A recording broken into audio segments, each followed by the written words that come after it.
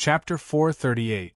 That night, there was a serious wizard invasion in the territory of the giant barbarian elephant.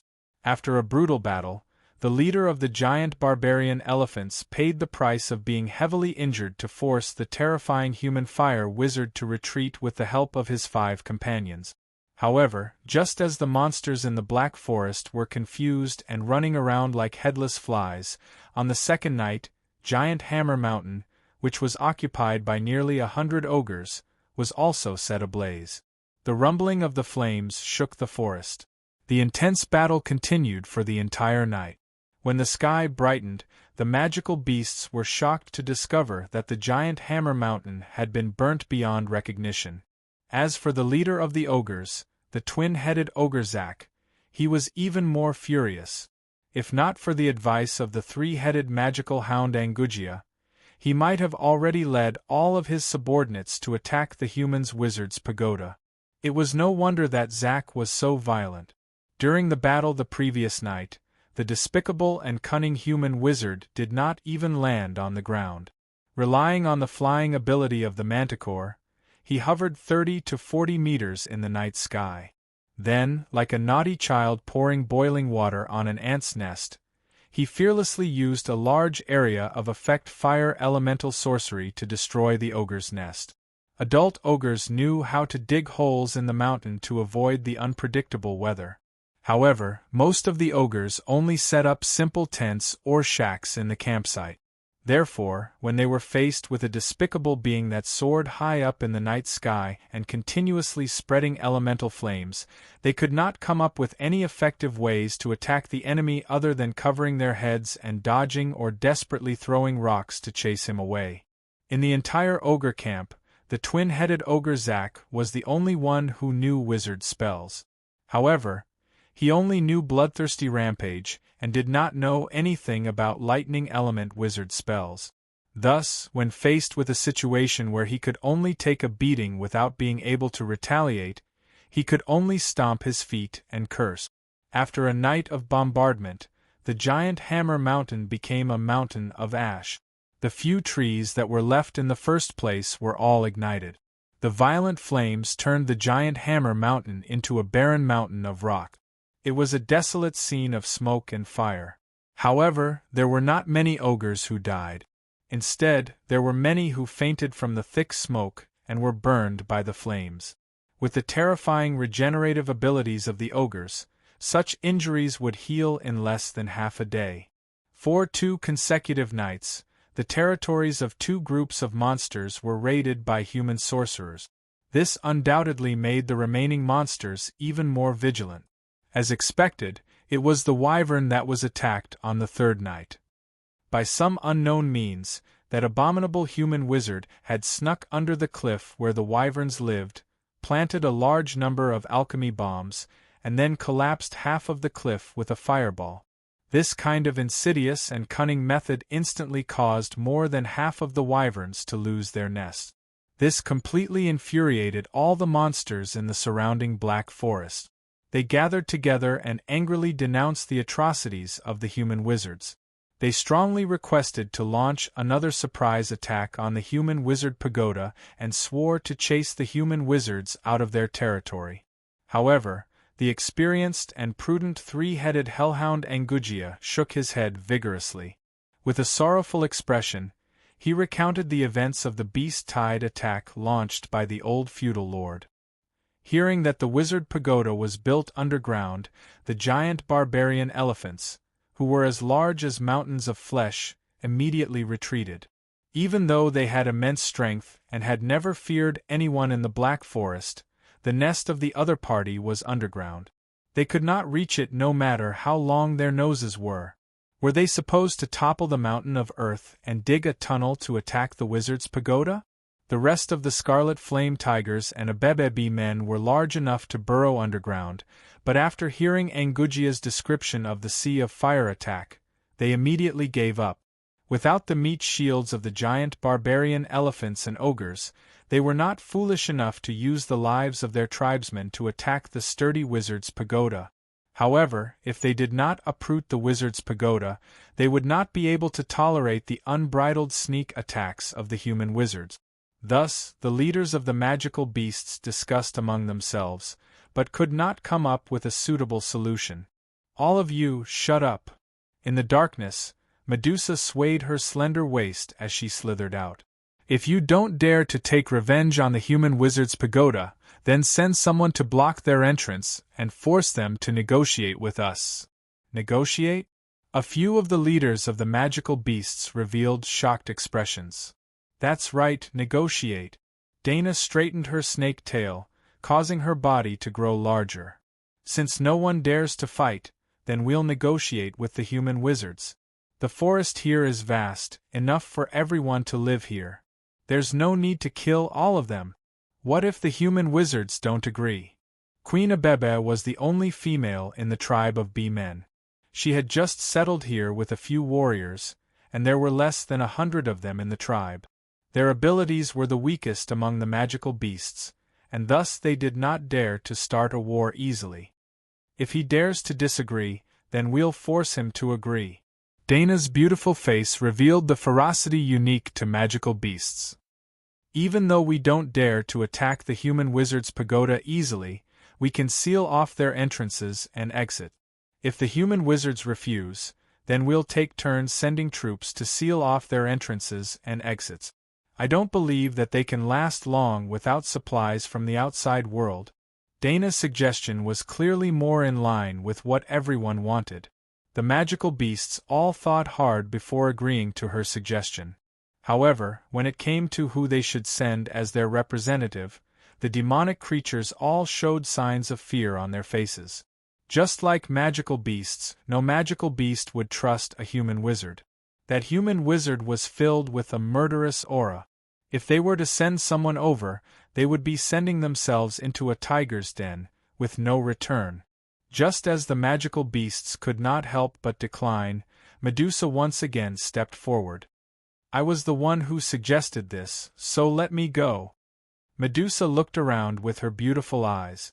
"But it's too dangerous for me to go alone. Who can accompany me?" When Medusa's eyes landed on the twin-legged flying dragon King Lark, it broke out in a cold sweat for no reason. It had a feeling that if it were to recommend itself, its life as a demon would end right there and then. The few new and old magical beast leaders either did not have a suitable physique, or rejected it for some reason.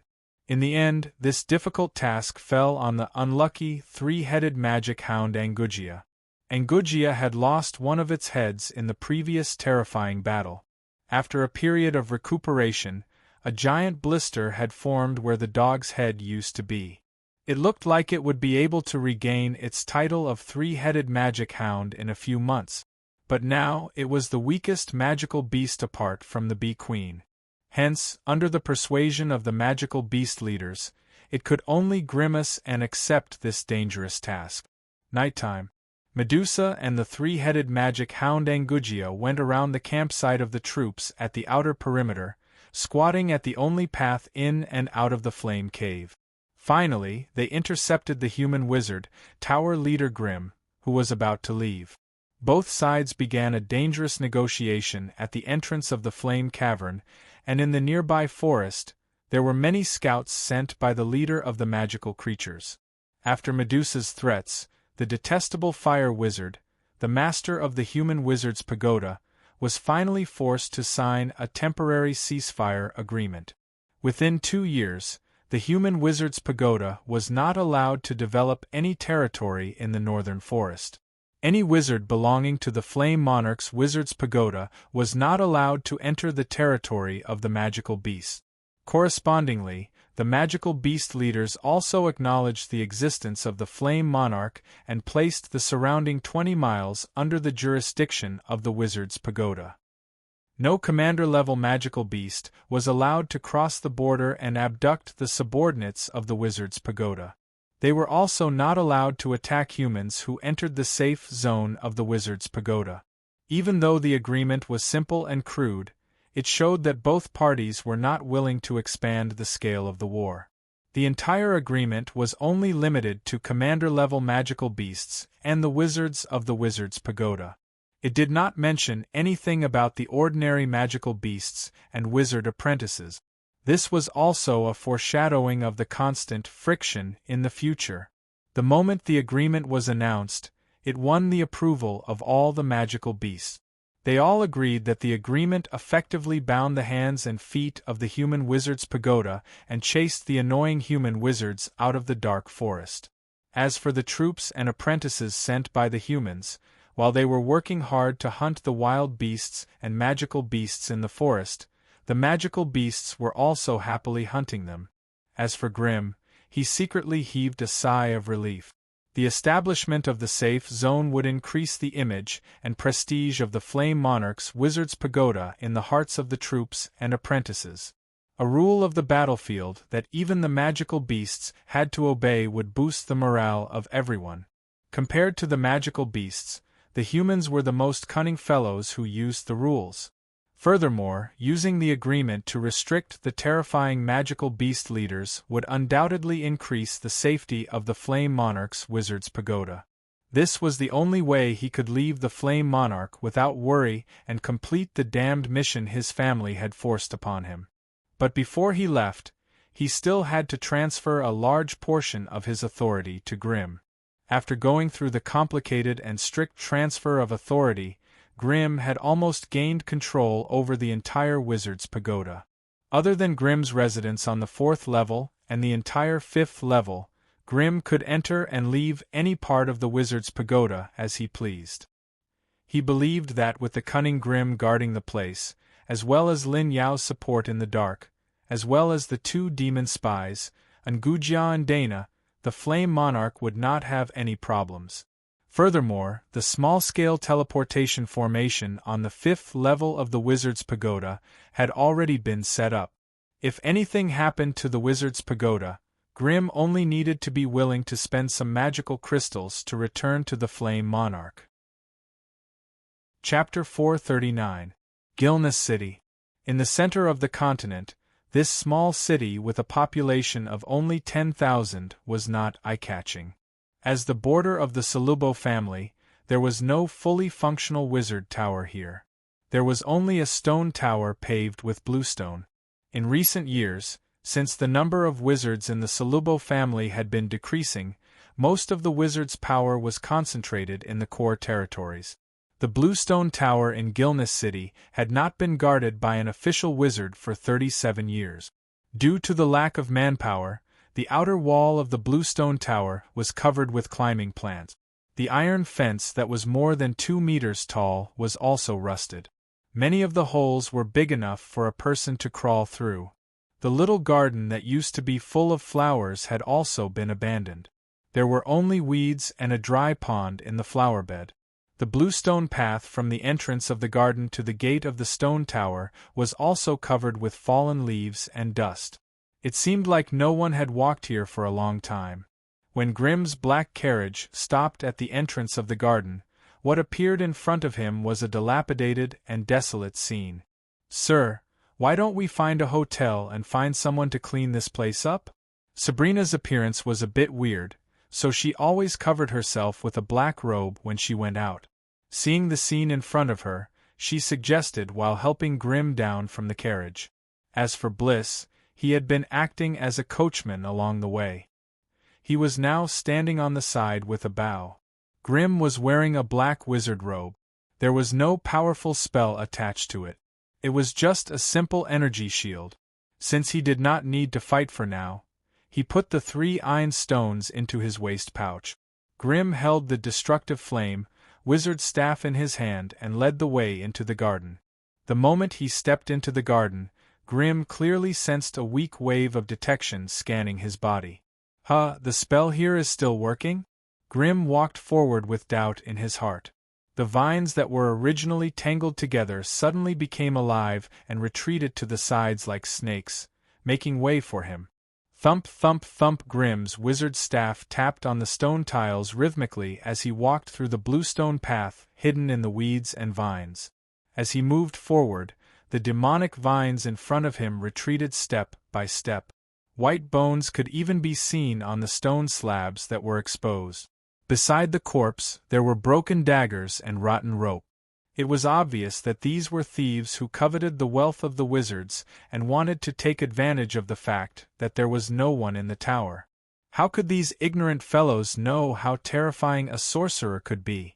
Even if this tower was left unattended, it was not a place for mortals like them to step foot in. Planting some enchanted vines and bloodthirsty plants near a Magus residence was also a popular defensive measure in the Magus world. Not only were these demonic plants bloodthirsty and cruel, but they also had a long lifespan. Even if there was no time to care for them, they wouldn't die easily. To ordinary people, these carnivorous plants were terrifying creatures comparable to monsters. However, to wizards, they were the most docile and adorable watchdogs. After passing through the twisting garden that was less than 100 meters long, Grim arrived at the gate of the stone tower. When he knocked on the heavy stone door with his wand, an old man's face appeared on the door. "You have 5 seconds to say the password, or you will be punished by the wizards." Light of Yale. The password is correct. Welcome, Sir Magus. With the disappearance of the servant, the door that had been sealed for many years finally opened with a creaking sound. Sabrina, take my identity medallion and activate the core spell formation below the stone tower. Bliss, go and visit the manager here. Tell them to report to me tonight. After sending his 2 followers away, Grim began to wander around the tower. There were 3 floors to the stone tower. The first floor was where acolytes and odd-job workers resided. The second floor had a simple library and alchemy laboratory, while the third floor was where the wizards lived. The 3 floors were connected by a spiral staircase at the corner of the stone tower. It was obvious that the last time a Magus had left was a few decades ago.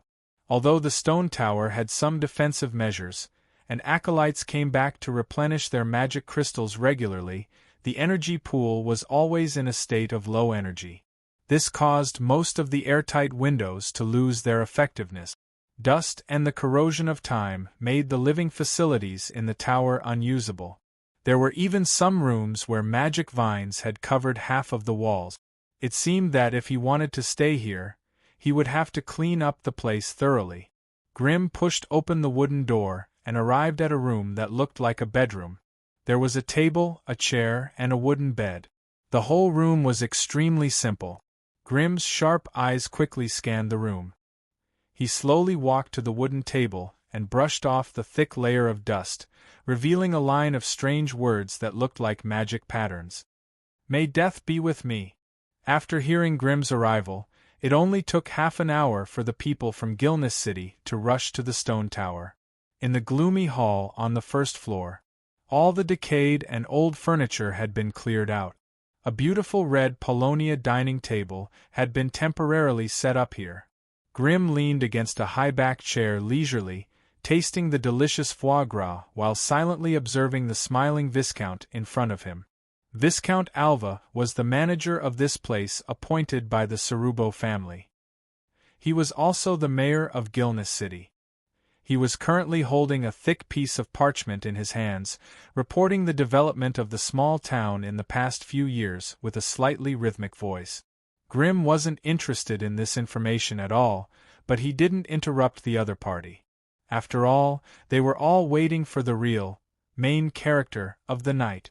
An hour later, when Viscount Alva's mouth was dry from reading, the crisp sound of horse hooves hitting the stone floor came from outside the tower. Shortly after, 2 travel-worn acolytes walked in. They were the 2 acolytes sent by the Cerubo family to the mine and the resource point. The acolyte guarding the Iron Ring excavation was a quasi-wizard named Yuri. He had just taken over the position of acolyte Sack, who had caused trouble 2 months ago. The acolyte guarding the level 2 resource point was a guy named Moss, also a quasi-wizard. Seeing the arrival of the 2 acolytes, Viscount Alva, who had been smiling all this time, immediately stepped aside and handed the stage to them. Although the 2 quasi-wizards lived outside the city, they had long heard of the name of Fire Demon. Therefore, when they saw Grim, they immediately came to greet him. Seeing that the three of them were quite respectful to him, Grimm gave up on the idea of showing off his power and began to ask the two acolytes about the situation in front of him. Things are going well at my place. There are 23 acolytes and 17 odd-job workers at the resource point. I've already strictly ordered them not to go out during this period of time, so nothing has happened. Moss kept smiling and said, Lord Grimm, 2 of your acolytes came to report last month. I've already arranged for them to be in the inner courtyard, so there are no problems with their safety. Grimm did not say anything and only nodded slightly. Out of the 4 acolytes under Grimm's command, 3 were sent here by the family. Therefore, Grimm had no choice but to make this trip and use his wings to protect these unlucky people who were caught in the crossfire. I've also just received a high-ranked acolyte who has been assigned to supervise the oars. Although it's a complicated job, there are no problems with his safety. Yuri hurriedly explained, but then a look of hesitation appeared on his face. Someone went missing in the mines a few days ago. Although we didn't find any clues, I suspect. Viscount Alva, you've stayed in Gilness City for more than 10 years. Have there been any unusual people in the vicinity recently? Grimm had just arrived and knew nothing about the situation here. He could only rely on the 3 in front of him for information. My lord, you know that Gilness City doesn't have any decent resources for magi, so very few magi stay here. However, there are a few acolytes who are temporarily staying here. I've already sent people to monitor them, but there are no abnormalities. Viscount Alva furrowed his brows and told them everything he knew. It sounded like there were no problems at all. All right, you have to work together on the local matters. Yuri and Moss, take care of your own territories and don't let the enemy infiltrate. Alva, you have to put in more effort to monitor the surroundings. If there's any movement, immediately report it to me. I'll be staying in the stone tower for now. My lord, this stone tower hasn't been taken care of for decades. Why don't you go to my castle and rest for a few days? I'll get someone to fix it up before you move in. Viscount Alva had a fawning smile on his face. Although Gilness City is small, the nobles in the city have long heard of your name. They're all respectfully awaiting your arrival. Do you think? At this point, Viscount Alva's face revealed an ambiguous smile that all men would understand. Let's put things like entertainment aside until the situation calms down. The only thing we need to do now is to do our own jobs and wait to see how the situation develops. Grimm calmly rejected the other party's suggestion. He could feel that when he rejected Viscount Alva's invitation to the banquet, the 2 acolytes' spirits were slightly shaken. They seemed to be a little disappointed. It seemed that in the days when there were no magi stationed here, the 2 acolytes had a rather close relationship with the city lord. After the 3 of them bade farewell, Grimm called Sabrina and Bliss in. Tonight, the 2 of you will find a room on the 1st floor and sleep well. Don't come out if there's nothing important. After saying this, Grimm raised his eyebrows and asked coldly, Did you hear me? Yes, my lord. Sabrina and Bliss quickly bowed in acknowledgement. Chapter 440. As the night fell, the tower was gradually shrouded in darkness. After filling their stomachs, Sabrina and Bliss each hid in a room and did not come out again. The quiet and dark tower was dead silent. Only a dim candlelight shone through the narrow and slender stone window, illuminating the swaying shadows. In the light, there seemed to be a tall figure checking every room in the tower floor by floor. Grimm strolled along the narrow and empty corridor with a small candlestick in his hand. The 5 candles were as thick as a thumb, giving off a dim yellow light. The light from the candlestick could not even light up the walls on both sides. It could only cover Grimm. Grimm muttered to himself as he slowly walked along the corridor with the candlestick in his hand. Come out. You should come out too. You can't keep hiding like this, right? Finally, when Grimm reached the corner of the corridor on the 2nd floor, the wooden door of a secret room suddenly opened in a strange manner. Grimm smiled indifferently and slowly walked to the wooden door with the candlestick in his hand. The wooden door was half open, and a black footprint was clearly imprinted on the floor in front of the door. From the shape and size, it was only half the size of a human's. It seemed to be left by a small humanoid creature. Grimm lightly tapped the magic staff in his left hand, and the wooden door was completely opened. The candlelight shone in and illuminated everything in the room. The floor was covered in dust, and there were simple and rotten tables and chairs. There were also some red wooden boxes in the corner. In the darkness, a pale figure with disheveled hair was standing there. Its scarlet eyes stared at Grimm through the gaps of its long hair. Its eyes were filled with a chilling evil aura. Grimm was unmoved and strode into the secret room. The candlelight in the room grew brighter, and there were fewer and fewer shadows to hide in. In the end, the pale figure could only crouch in the darkness behind the wooden box, letting out a shrill cry that made one's hair stand on end. Just as Grimm was about to make another move, the wooden door behind him suddenly slammed shut. This made Grimm turn around, but when he turned his head again, the female ghost had already disappeared. Chip, did you record the situation just now? Did you find anything? Grimm's heart trembled, and he couldn't help but ask the chip. Sensing abnormal changes in a force field. Host body is currently within an unknown force field.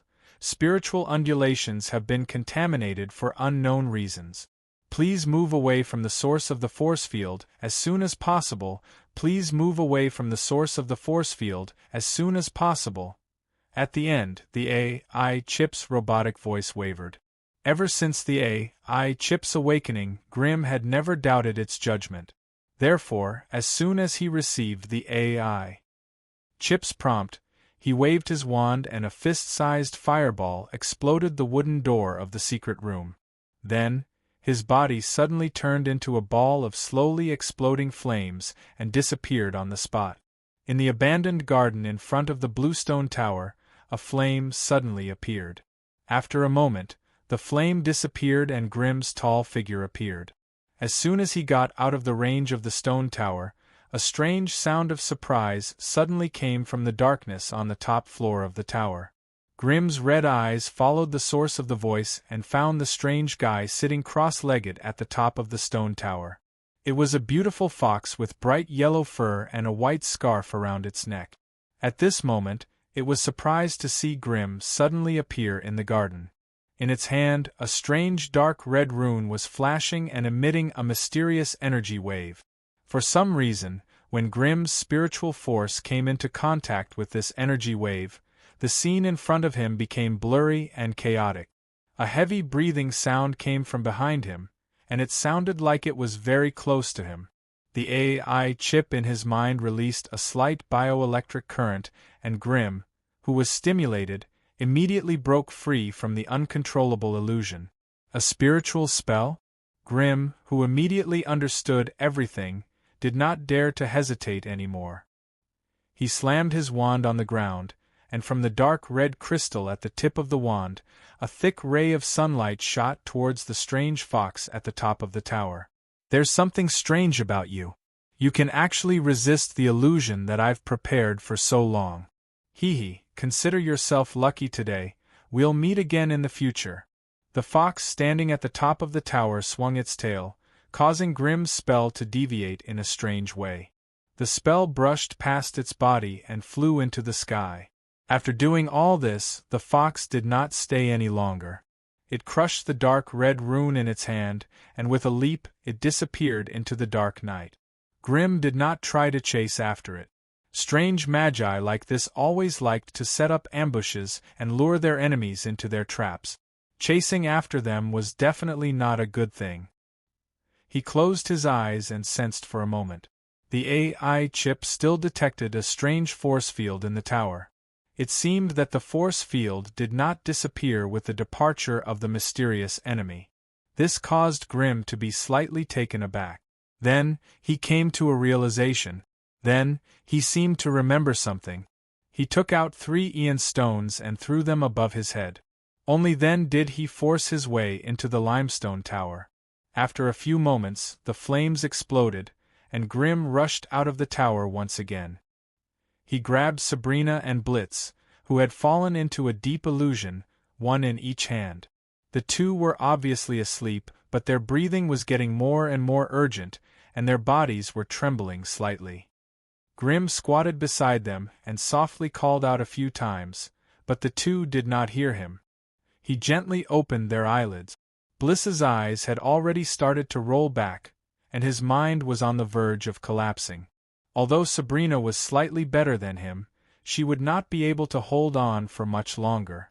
Grimm furrowed his brows. Although he had pulled the two out of the force field, their spiritual undulations had already been seriously polluted. It would be extremely difficult for them to break free from the mysterious force field. Grimm did not dare to hesitate any longer. He placed the two next to each other, and inserted the destructive flames staff between them. Grimm's hands quickly moved in the air, drawing one strange flame rune after another. The staff also began to tremble slightly, and specks of red light flowed out of the dark red crystal. Under Grimm's guidance, the red light landed on the two acolytes.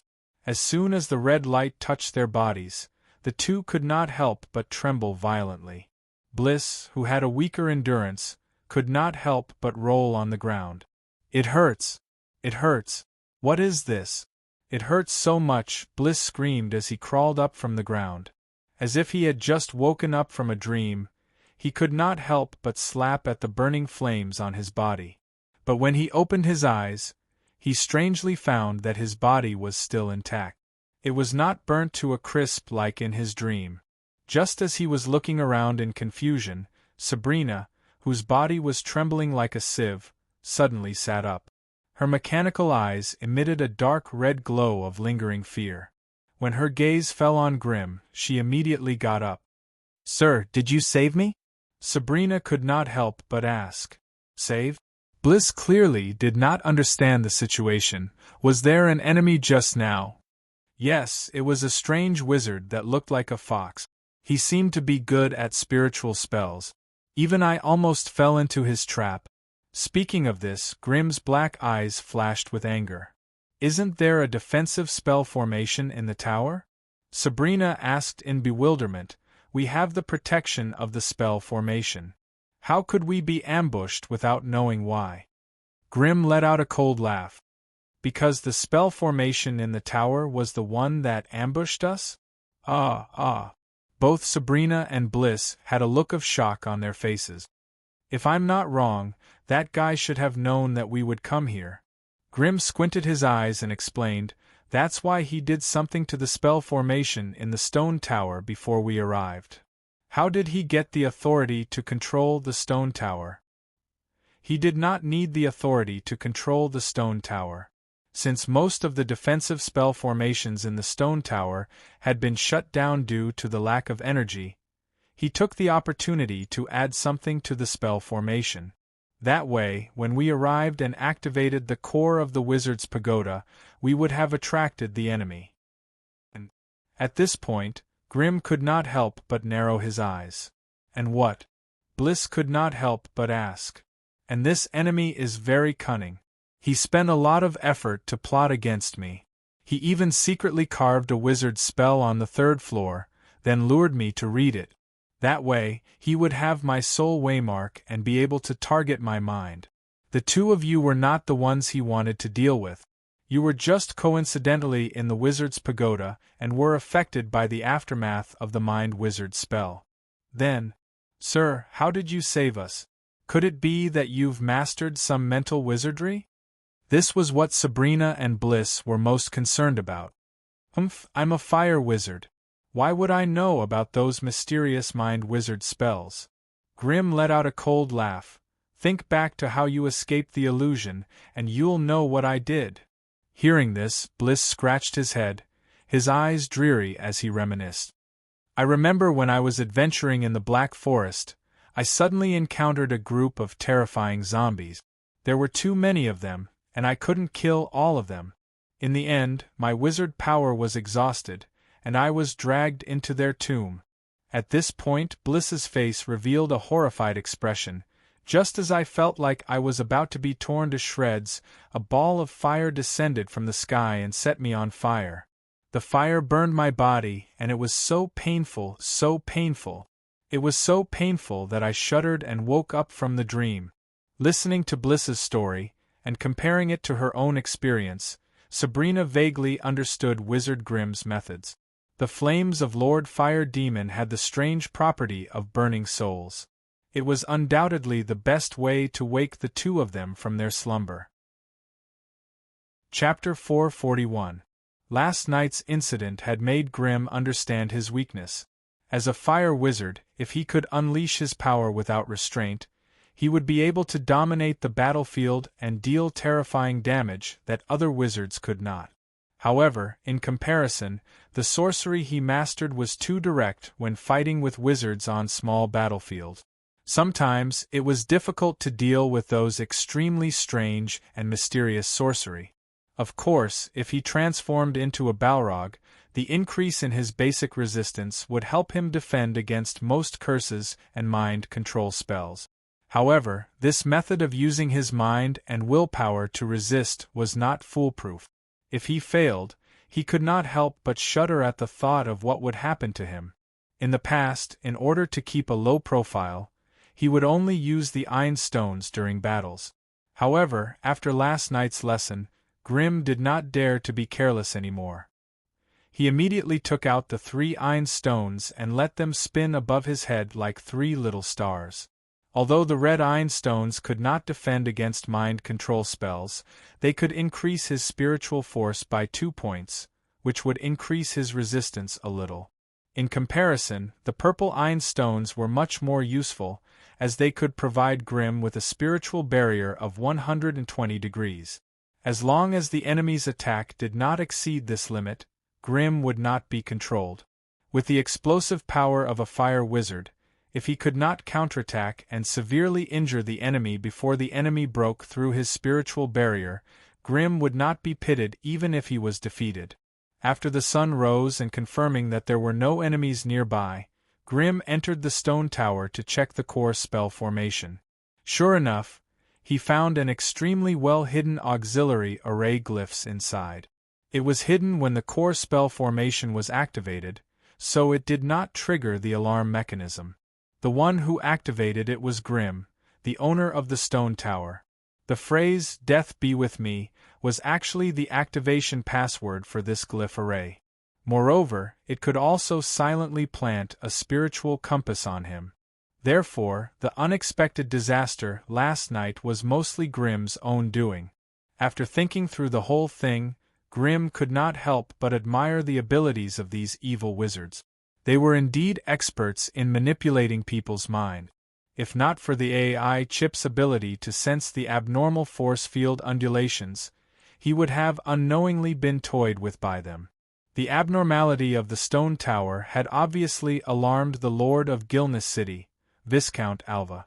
By the time he arrived with 100 or 200 city guards, peace had already been restored. The hidden array glyphs were removed, and the entire bluestone pagoda was quickly cleaned and tidied up. All the living items inside were also replaced with new ones. More importantly, the city lord's mansion had sent more than 20 odd laborers, kitchen maids, and guards, filling the stone tower with the aura of humans once again. Whether it was intentional or not, the maids sent by Viscount Alva were all young, beautiful, gentle, and affectionate. Among them, there were many young sisters who had just turned 14. Most of these young maids came from noble families of various sizes in Gilneas City. Many of them were of collateral bloodlines of nobles and had the status of noble ladies within their families. But here, they were willing to be lowly maids, just so they could stay by the Lord Wizard's side for 1 more minute. Viscount Alva had personally promised that if anyone could climb into bed with the Lord Wizard, their noble family would be exempted from taxes for 10 years. If anyone could become pregnant with the Lord Wizard's blood, their family would become one of the top 5 families in Gilneas City. The maid would also be rewarded with a manor, and from then on, she would live a luxurious life. At first, they thought that they would be facing an old sorcerer who was old enough to be their great-grandfather, an old sorcerer with an evil body. After all, according to the legends they had heard, the more powerful a wizard was, the less human he was. Most of these wizards who had been guarding the wizard's pagoda for years were arrogant, eccentric, and evil people. The long and boring journey of life had given them a different feeling for pleasure and excitement. Ordinary sex and debauchery could no longer satisfy their evil, twisted, and perverted minds. Therefore, if they tried to please such a wizard, they would most likely get horrifying abuse and torture in return. There were many private rumors that some evil sorcerers liked to transform into terrifying monsters or monsters when they were having sex with beautiful women, and then torture their female companions to death. So when they were first sent to the limestone tower by the master of the city mansion, all the maids were trembling in fear, afraid that they would end up in the same horrible way. After all, with their previous status, they did not have the right to come into contact with the lofty Lord Wizard. However, when more than 10 young girls dressed in neat maid outfits, some were hot, some were pure, some were mature, and some were charming, they saw for the first time in the stone tower the great wizard who held the power to rule the world. They were all shocked by what they saw and heard. Even though Grimm did not walk the path of body tempering, he had a 2-meter-tall muscular body, a handsome temperament, and a loose black robe that could not hide his bulging muscles, as well as the strange dark red hair that flashed behind his back. The young sorcerer in front of them was tall, strong, and had almost no excess fat on his exposed body. His handsome appearance, coupled with his intellectual aura mixed with a hint of evil in the sorcerer's style, almost all the young girls could not help but be attracted to him at first glance. Of course, the beautiful stone hovering above his head, the wizard's spell book in his hand that constantly emitted elemental fluorescence, and the mysterious and powerful wizard's staff leaning against the chair all added a mysterious aura to him. It was as if they had turned into lost moths, eager to throw themselves into the blazing fire. Grimm chose to turn a blind eye to Viscount Alva's secret trick. After all, Grimfire Demon's name was very famous in the Solubo family, and he was also a powerful battle wizard. Therefore, it was reasonable for him to do everything he could to curry favor with him. With Viscount Alva's status, he was not qualified to know the deep secrets of the Solubo family. Therefore, he only saw Grimm's powerful battle power and the family's rising status, but he did not see the storm brewing between Grimm and the higher-ups of the family. If he knew that Grimm's appearance here was a way for the higher-ups of the family to suppress him, he would probably hate himself for doing so.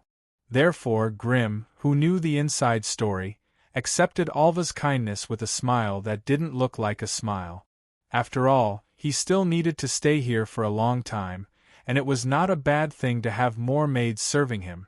As for the pleasure between men and women, it was not that attractive to him. Ever since he became a wizard, his spirit and will had been sublimated, and the low-level desires of the past could no longer occupy his body and mind. Now, they could only be regarded as an entertainment for his boring life. As soon as these young girls came to his side, most of their physical and mental information was presented to him. With the AI chip's scanning ability and the Mega's spiritual perception, he could obtain all the information he wanted to know. The heartbeat rate of these girls, the blood flow rate, the thickness of their body hair, their physiological cycle, their sleep quality, the diameter of the mounds in front of their chests, and even the time of their menarche. All of these could be inferred with a high degree of accuracy. In Grimm's eyes, although these girls were young and beautiful, most of their life magnetic fields were dim, and their spiritual activity was low. This also showed that they had lived at the bottom of society and did not receive a good education.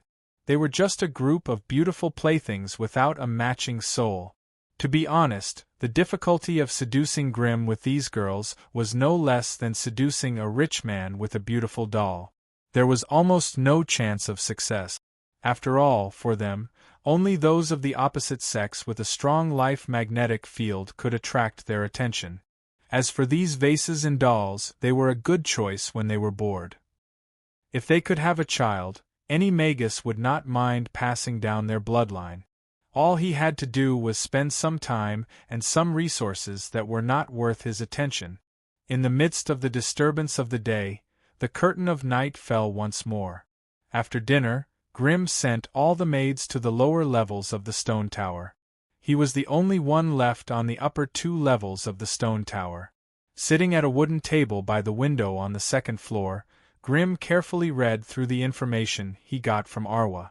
This was not some powerful or strange magic knowledge, but basic information on the Anu family that had a conflict with the Sarubo family. Grimm skipped over the information on the other party's resources, properties, manners, and personnel. He focused on the information on the Anu family's magi.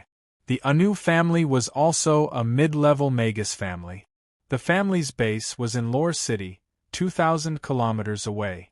Unlike the Sarubo family, the Anu family did not have a great magus who went on an expedition to the outer regions. The current head of the family, Mishna Anu, was the founder of the family, a powerful grade 4 magus. This also meant that the Sarubo family could not find anyone who could compete with Mishna Anu in terms of high-grade combat power. Anu had to face a grade 4 powerhouse head-on. Although Great Magus Sarubo was a grade 6 powerhouse, he could not return to the Magus world. The Sarubo family did not have the upper hand in terms of combat power. If not for the worry that he would be hunted down by Great Magus Sarubo after he became a grade 5 magus in the future, Mishna Anu would definitely be able to kill all the magi in the Sarubo family. Anu could easily kill all the magi in the Sarubo family by himself. Chapter 442. It was necessary for Grimm to understand this. This kind of friction between wizard families had to be handled with care and discretion. Who could he provoke and who could not? This was something he had to know in his heart. Otherwise, if he bumped into a wizard family with a powerful background, he might not even know how he died. At least this time, the Sarubo family had provoked a wizard family that was not easy to deal with. If the Sarubo family was not a descendant of the rank 2 wizard Forgan's family, the Sarubo family would most likely have to hand him over. After all, the Sarubo family lacked a rank 4 wizard who could rule the country. If they really fell out, the Sarubo family would definitely be at a disadvantage. Fortunately, the Anu family's quasi-magus, who died at Sark's hands, wasn't a core member of the Anu family. However, to any magus family, a quasi-sorcerer was a valuable resource that could not be easily discarded. Therefore, if both sides could not come to an agreement, these conflicts and accidental injuries would continue to happen. Now, it all depended on which side could not bear the losses and would be the first to admit defeat. This would be a huge blow to the family's reputation. After understanding this, Grimm also understood the extent of what he should do. Here, he was more of a guardian. He would use his title as a fire demon to deter the other party from making any reckless move. Otherwise, if the other party came and slaughtered one of the Sarubo family's resource points, the Sarubo family would be forced to declare war no matter how unwilling they were. Therefore, Grimm's responsibility here was to repel the other party's possible attacks and leave enough time for the higher-ups to mediate. However, if he made a decision and attacked the enemy too harshly, he would not be rewarded by the family. Instead, he would be punished. After understanding this, Grimm gave up on the idea of attacking forcefully. Instead, he thought about how to deal with the enemy's strange trick. In order to familiarize himself with the enemy, Grimm patiently read through the information of the Anu family's wizards, trying to find information about the enemy from last night.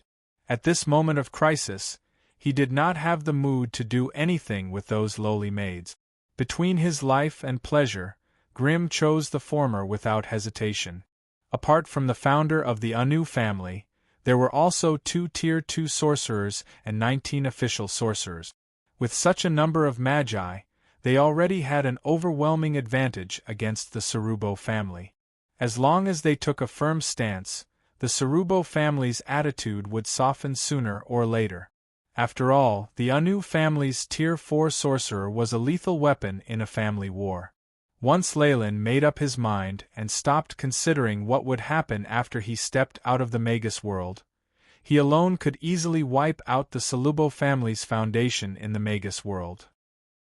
That way, no matter how furious and unwilling the rank 6 Great Magus Salubo was, he could only hope that the other party would advance a step further and step into rank 5.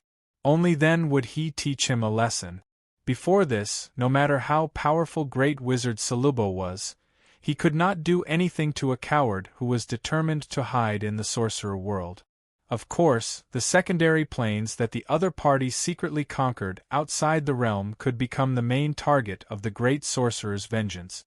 Apart from that, as a rank 6 Great Wizard, it was impossible for Sarubo to not have any friends outside the realm. He could easily use the Tier 4 sorcerers of his allies to mediate this matter.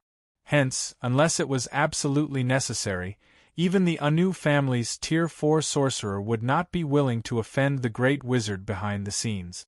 Just as Grimm was silently thinking about the story behind this incident and the possible future developments, the defense system of the stone tower was inexplicably triggered.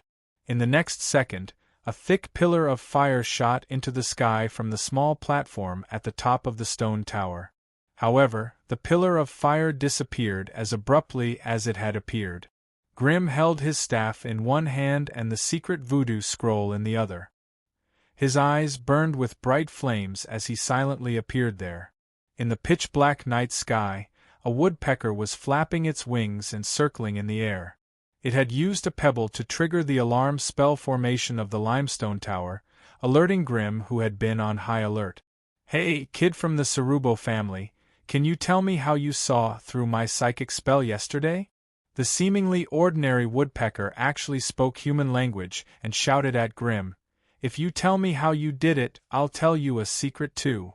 It's related to your safety." Grimm looked up at the woodpecker and was surprised to find that it was not a magical creature, but just an ordinary woodpecker. Of course, Grimm once again sensed the existence of the psychic beacon on the woodpecker's body. This was not the psychic sorcerer's body, nor was it his contracted creature. It was just an ordinary creature that had been bewitched by the psychic. Grimm looked around, hoping to find the psychic sorcerer's hiding place. Unfortunately, everything was shrouded in darkness. Other than a few lights shining from within the stone tower, almost the entire field of vision was a vast expanse of darkness. The limestone tower was 37 meters tall, and there was no other building in Gilness City that could compare to it. Looking out from above, under the dark night sky, except for the central area of Gilness City and a nearby area that was brightly lit, the other areas of Gilness City were sparsely lit. It was simply wishful thinking for Grimm to think that he could find the psychic sorcerer hiding in such an environment. Therefore, after looking around, he resolutely gave up on this unrealistic idea and once again focused his attention on the woodpecker. "Sir, your methods really do amaze me." Grimm could not help but shake his head. "Yesterday it was a fox, today it's a woodpecker. Your true body is always hiding behind the scenes, not even giving me a chance to retaliate." "Hey, I'm not looking for you today to fight. I've already tried to kill you yesterday, and since I failed last time, I have no reason to do so this time. By the way, what do you think of my suggestion? That's my life-saving method. Do you think I'll tell you?" Grimm slammed the staff in his hand, and a stream of flames shot out, instantly burning the woodpecker in the air into ashes. Grimm killed the annoying fellow in one strike, and after looking around again, he turned around to return to the stone tower. However, just as he turned around, a night owl cursed and pounced out from the darkness. "Good lad, you're really ruthless. I haven't even finished speaking and you've already killed my emissary." A witchcraft fireball soared into the sky, and the violent flame shockwave instantly burned the night owl into charcoal. This time, a green-crowned parrot flapped its wings and flew over with all its might. Looking at the broken silver chain on its right leg, it seemed to be a pet of some noble in the city. "Hey, you who plays with fire, if you kill my emissary again, I'll—" Another flame arrow streaked across the sky, turning the green-crowned parrot into a ball of flesh and blood. "Aye, Chip, how is it? Can you find where that guy is hiding?" Grim asked in his mind. Beep. Unable to detect. The effects of the opponent's spells are strange. I don't have the relevant knowledge of spells, so I can't identify or track him. Grim felt helpless about this. Witchcraft that was related to the mind and spirit was not a common basic knowledge. Only those with special talents could display their great power. Those people were always mysterious and strange, and were good at disguising themselves. It was extremely difficult to obtain knowledge of spells related to them. This guy in front of him was the same. He did not reveal his true body, and had always relied on bewitching animals and plants to achieve his goals. Grim didn't believe a single word from such a secretive person. After killing the green-crowned parrot with a flame arrow, Grim's flaming eyes scanned the night sky repeatedly, but he did not see any new flying creatures approaching. Just as he was feeling puzzled, he suddenly sensed something in the garden in front of the stone tower. There was a flower bed in the middle of the garden. The withered vines and enchanted plants had all been eradicated, and the soil had been flipped over. The new enchanted plant seeds had not been planted, so there was nothing there. However, Grim sensed a rat with flashing red eyes crawling out of the ground. It was trying its best to stand up, squeaking at Grim, who was at the top of the tower. All the flying creatures had been used up? Now he was controlling small animals. Grim sighed helplessly. Although he wanted to fight the enemy, but this cunning guy did not even show his face. There was nothing he could do. He could not keep his guard up against this hateful guy day and night, could he? One had to know that apart from him, there were also Sabrina and Blitz in the stone tower at the moment. If they angered him, he would change his target to them. With their strength, they would not be able to fight back. Grim could not keep them safe at all times. He flew down from the top of the tower with a flame leap and stepped forward. Facing this strange opponent, he frowned and asked, "What are you trying to do?" "It's the same old question. How did you find out about my mental witchcraft?"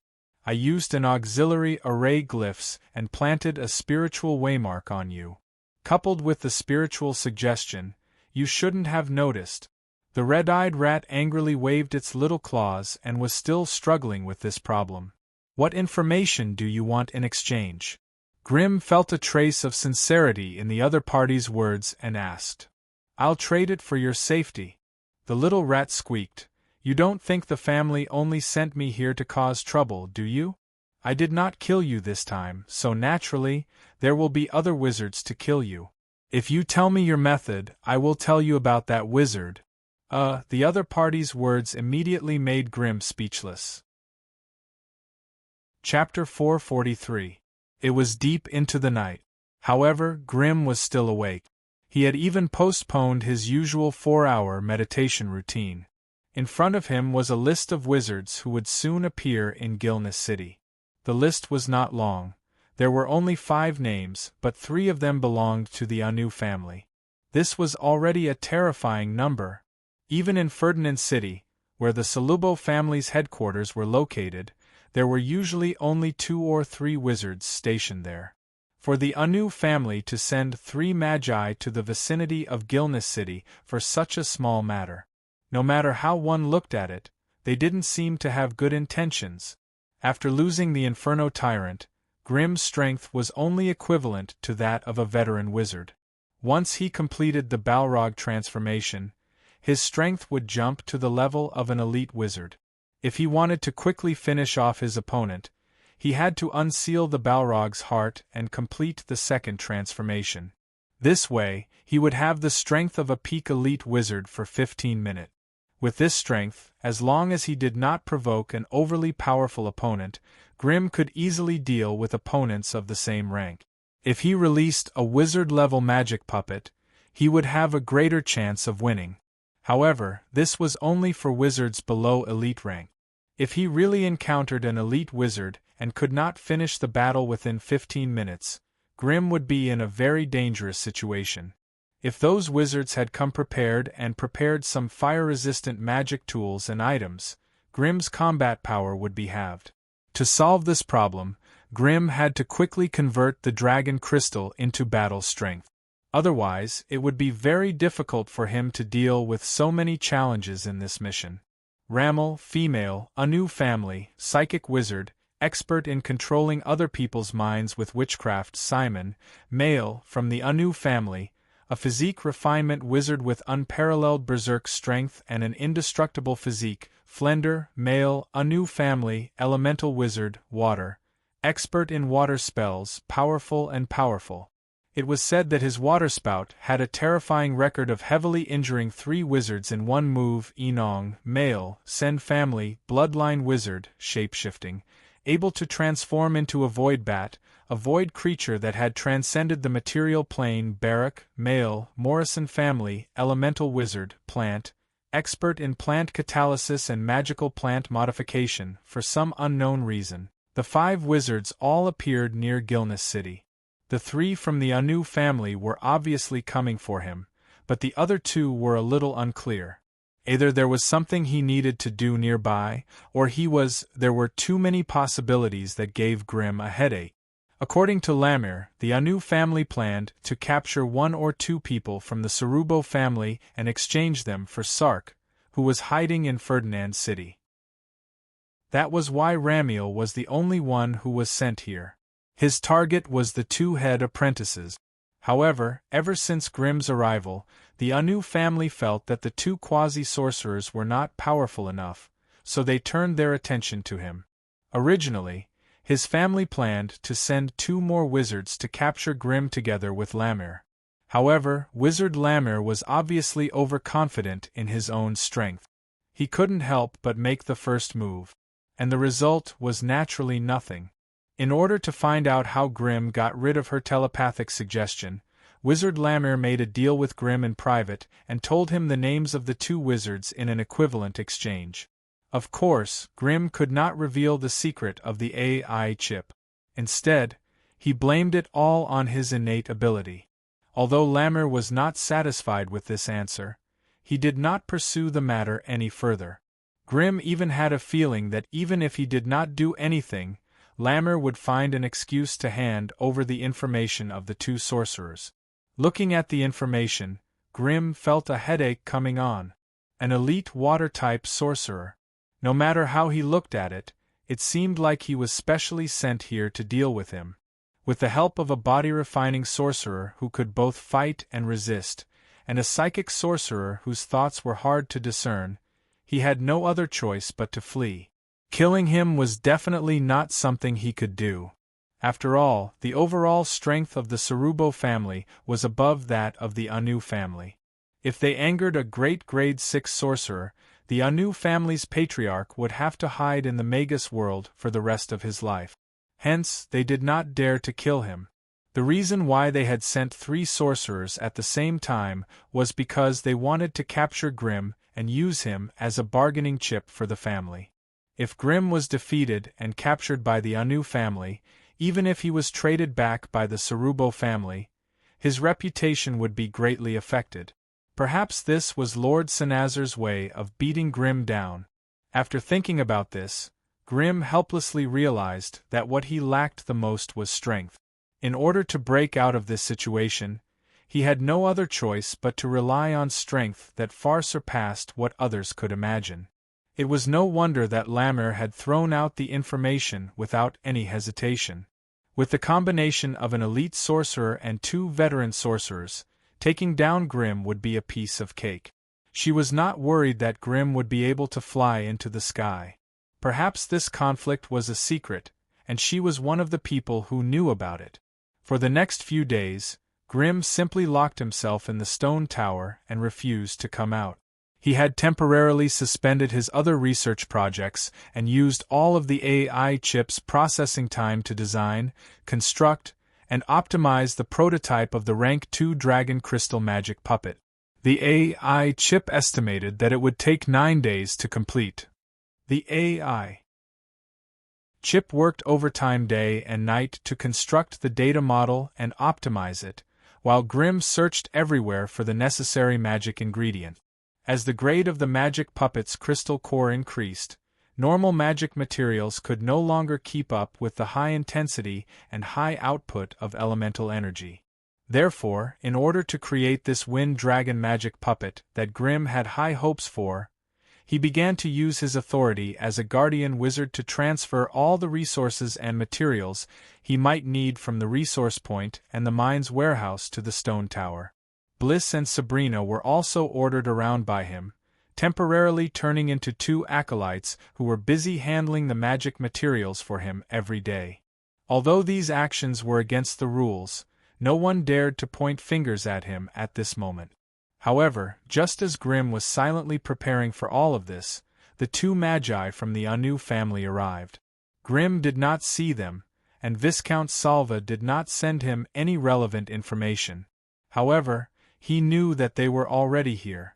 From the 4th day onwards, the surroundings of Gilness City had never been peaceful again. The first incident was at the Iron Ring mining pit. Suddenly it became haunted. In a single night, the number of miners at the mining pit decreased by 20. There was a small town near the mining pit, and most of the families there had someone working in the mine. During the day, they mined in the mine and returned to the town to rest at night. Their days passed peacefully. However, on the 4th night of Grimm's arrival in Gilness City, 20 miners suddenly disappeared from the town. They had all disappeared inexplicably while resting in their own homes, and the family members who lived with them had no idea where they had gone. All they knew was that they had disappeared after a night's sleep. Just as everyone was discussing this, another 20 miners disappeared from their homes on the 2nd night. This time, the acolytes in charge of the mining pit could no longer sit still. They sent people to the homes of the missing miners, but they could not find any traces of magic. Hence, the helpless quasi-magus Yuri could only run to the limestone tower to ask for Grimm's opinion. "My lord, how do you think we should deal with this situation?" "Deal with it the same way you usually deal with it," Grimm replied slowly as he held a sheepskin scroll in his hand. But Yuri could not help but hesitate. At this moment, he really hoped that Grimm could come to the mining pit to take charge. With a wizard there, the enemies in the dark would not be so arrogant. Judging from the enemy's methods, the possibility of it being an acolyte had been ruled out. This also meant that the one spying on the mine was most likely an official wizard from the Anu family.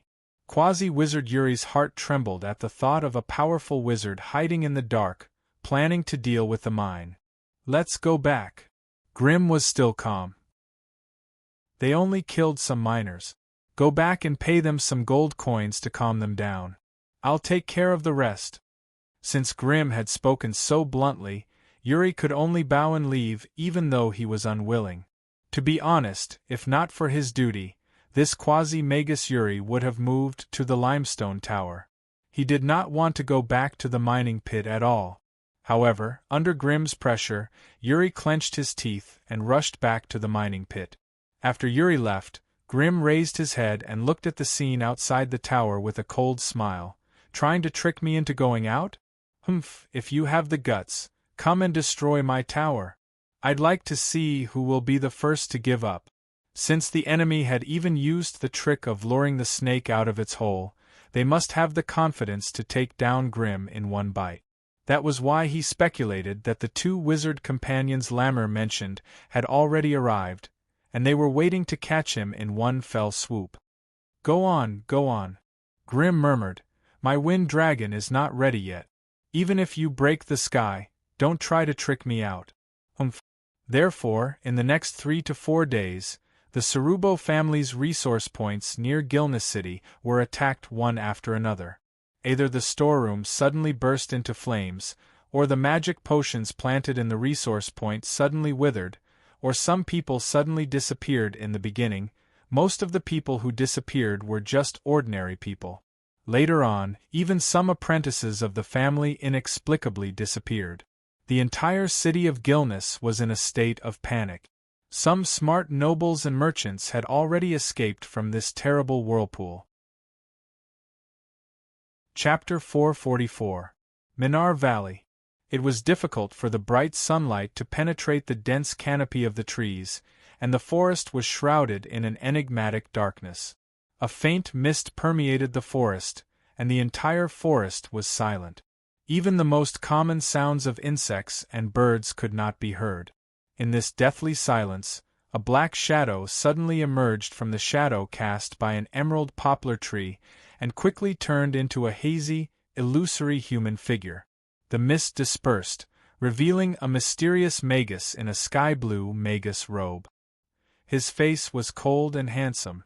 After the mysterious magus appeared, he scanned his surroundings. Finding nothing out of the ordinary, he lightly stamped his foot, and a gust of cold air penetrated the ground, activating a certain rune formation there. Without a sound, a thick snake-neck flower suddenly crawled out of the soil in a clearing in the forest. The petals that had been closed opened one after another, spitting out a brawny man in leather armor who had a golden ring on his head, leopard claws on his hands, and a rough face. "Hey, is there still no news?" Seeing the silent expression on his companion's face, the burly man immediately became irritated. "It's been 4 days. No matter how cowardly that bastard is, he still has to come here to take a look. Did he get some information? Why else would he be so calm?" "We'll have to ask Lemuel." The blue-robed magus grumbled unhappily. She acted on her own and launched a sneak attack. Not only did she not catch that guy, but she also raised his guard. Could it be that Lemuel, that bitch, sold us out? The burly man's thoughts turned, and his eyes gradually turned fierce. "Lemuel, come out right now. I know you're here, hurry up and come out." Along with the rough man's roar, the entire forest shook and buzzed. The blue-robed wizard couldn't help but frown. He waved the short-handled staff in his hand, and a colorful translucent water barrier sealed off the area. This place was too close to the enemy's iron ring mining ground. If the alarm spell formation inside discovered anything unusual here, it would be difficult for them to carry out their subsequent plans. Asterisk chirp chirp chirp. Asterisk a series of strange ape cries rang out from the depths of the forest. 4 to 5 gibbon hopped over from the treetops as if they were flying. Finally, they stopped on a huge tree in front of the duo, their eyes staring straight at them. "Lamer, you still dare to come out? Tell me, did you betray us? Otherwise, how could that brat be so shrewd? This place has already been turned upside down, yet he can still obediently stay in the city and not come out." The eyes of the gibbon in front of the two suddenly shone brightly. Then, he seemed to have become intelligent and quick-witted. "Sicker, you barbarian, I can't be bothered to talk to you. I have a part in this mission as well. Could it be that failing the mission will bring me any benefits?" The gibbon suddenly spoke, and the voice that came out was that of a woman. "Humph, that's hard to say. Everyone knows that you and Flender aren't on good terms.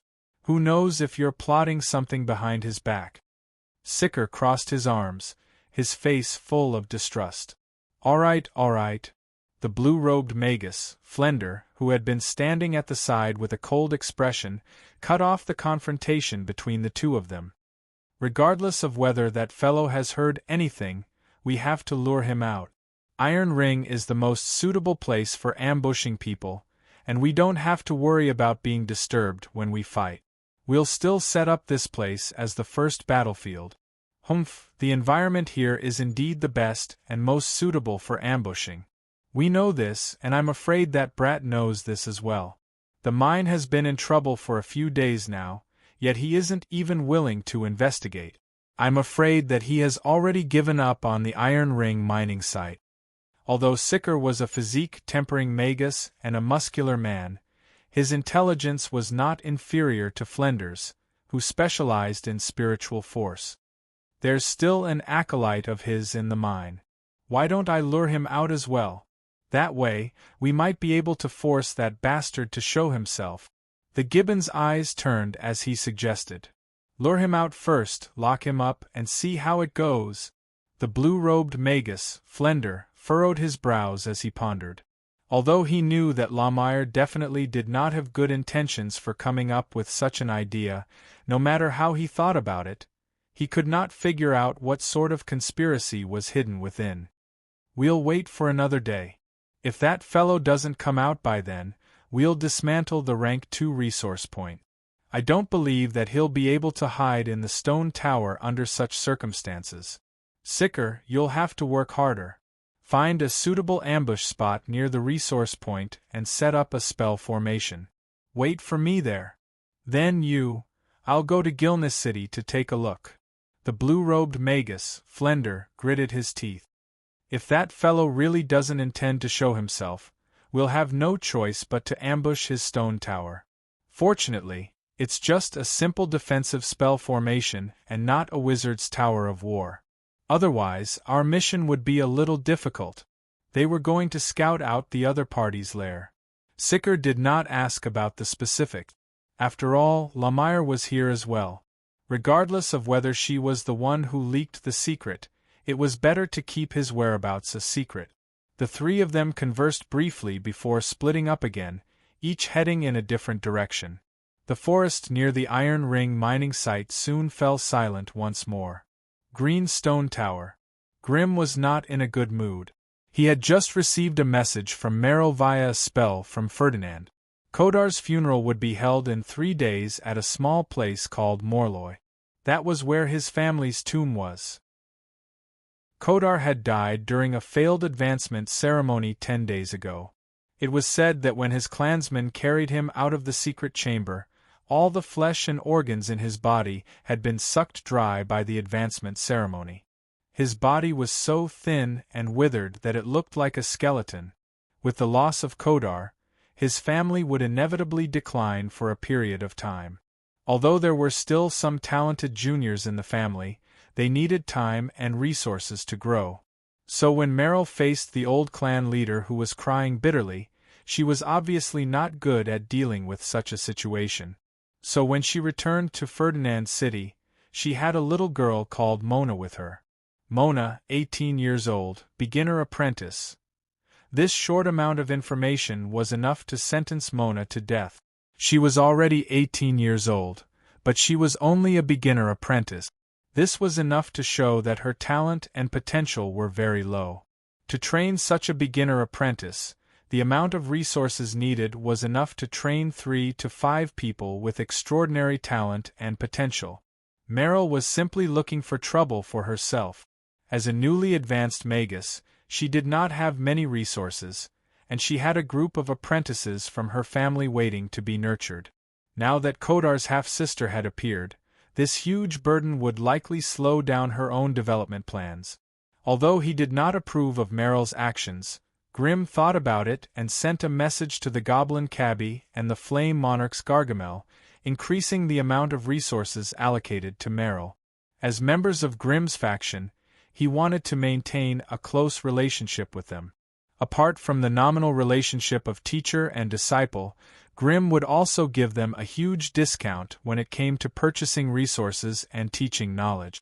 This would also help them save a lot of resources, allowing them to strengthen themselves and increase their knowledge. This would also indirectly increase their personal strength. Hence, the amount of resources needed to gather a group of people was unimaginable to outsiders. For example, there were many sorcerer apprentices who would rather accept the harsh witchcraft contract and join a sorcerer family or a witchcraft organization. What was the reason for that? It was to obtain a certain amount of resources and to receive a free promotion ceremony sponsored by their family when they reached the threshold of a quasi-wizard. If the magic materials and resources used in this advancement ceremony were to be converted into mana crystals, the base value would be around 10,000 mana crystals. For a wandering quasi-wizard to gather 10,000 magic crystals on their own, it would take at least 7 to 8 years. Considering that many of the resources needed for the promotion ceremony could not be found on the market, most of them were monopolized by the Magus families. This made it even more difficult for them to obtain the items for the promotion ceremony. Many helpless wandering acolytes could only take the risk and barge into a Magus family's resource point in order to steal some of the rare resources that could not be found on the market. However, many acolytes were killed because of this. This was how the hatred between wandering acolytes and Magus families came about. Just as Grimm was lost in thought, Sabrina came to report. The two acolytes, Yuri and Moss, were here again. This was the 12th time they had visited Wizard Grimm in 5 days. From their expressions, it could be seen that the situation at the front line was getting more and more urgent. In the past, only some hired workers and guards had gone missing, but in these 2 days, the number of people going missing had spread to the group of acolytes. In just 2 days, 2 intermediate acolytes and 1 advanced acolyte had gone missing at the Iron Ring mining field, and an intermediate acolyte had also gone missing at the level 2 resource point. These guys had gone missing in a very strange way. There were no signs of fighting at the scene. It was as if they had slipped out of their residences and walked out of the protection of the defensive spell circle. Grimm knew what was going on here, but he did not reveal anything to his subordinates. After all, it was hard for him to tell who could be trusted and who could not, so for the sake of secrecy, he did not see anyone and sent them away with a message from Sabrina.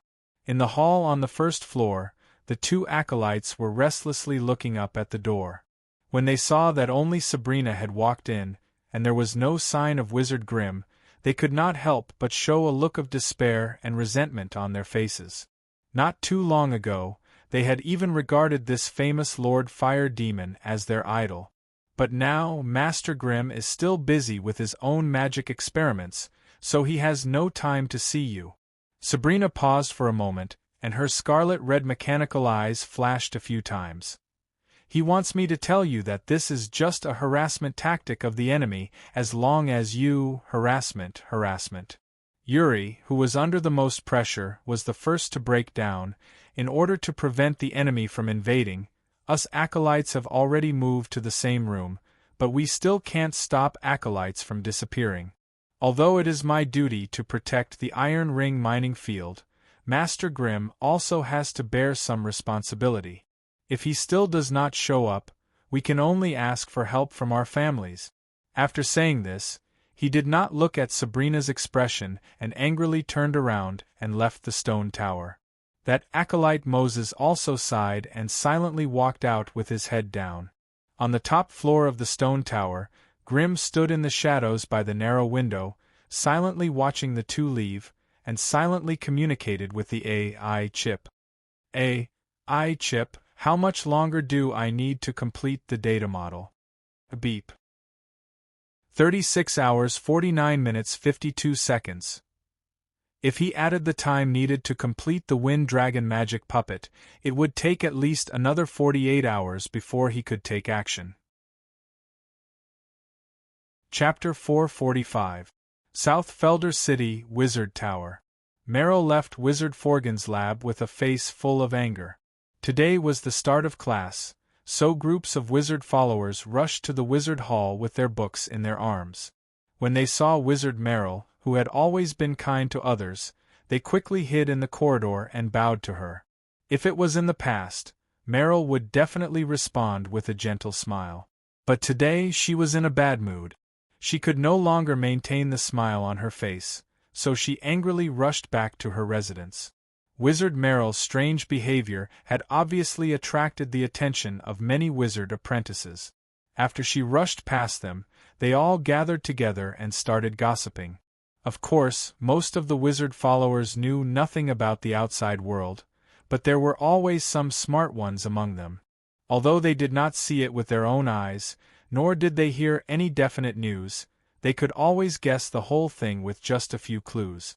Listening to them swear solemnly and speak with certainty about some groundless things, one could not help but admire them. Sometimes, conspirators really did not care about big or small, strong or weak. When it came to scheming, they always had the same trick. Just as they were discussing, Wizard Kogan, who was responsible for today's class, appeared at the end of the corridor. "It's almost time. What are you guys still gathering here for? Hurry up and go to class." Under Wizard Kogan's stern scolding, the group of wizard followers immediately scattered like birds and beasts, bowing and leaving. After all the apprentices had left, Wizard Kogan suddenly sighed and slowly walked towards the wizard hall. As a core wizard of the family, he might not be the strongest among the official wizards, but he had enough loyalty to the Solubo family. Of course, he knew about the waves between the family and Grimm, but there was nothing he could do to change it. Kogan had the most contact with Grimm, so he had a lot of respect for Grimm's planning and fighting ability. The other two wizards who had leveled up at the same time as Grimm, Bloody Witch Mary and Evil Bug-in-Titch, were also very talented. If they were not in the strange plain battlefield, their reputation in the family would not be any weaker than Grimm's. If the Solubo family could completely control these three newly advanced sorcerers, the family's strong expansion in the sorcerer continent could be expected. On this basis, if Lord Sinazar could reach grade 4 within 100 years, the Solubo family might even become one of the few large families in the central continent. At that time, the Solubo family would be able to occupy a fixed seat in the Scattered Tower Forest Wizard Association, and they would no longer have to listen to others' orders. However, a powerful magus was bound to have great ambitions. From all the signs, it could be seen that Wizard Grimm was not willing to be bound to the Sarubo family. Although he had signed a 100-year contract with Sarubo, his actions were clearly paving the way for him to fight alone in the future. This would undoubtedly incite dissatisfaction and suppression from the upper echelons of the clan. Every day, he would receive a lot of information about what was happening in Gilnis City, so he was well aware of the situation there. That place was simply a nightmare swamp that could swallow any genius.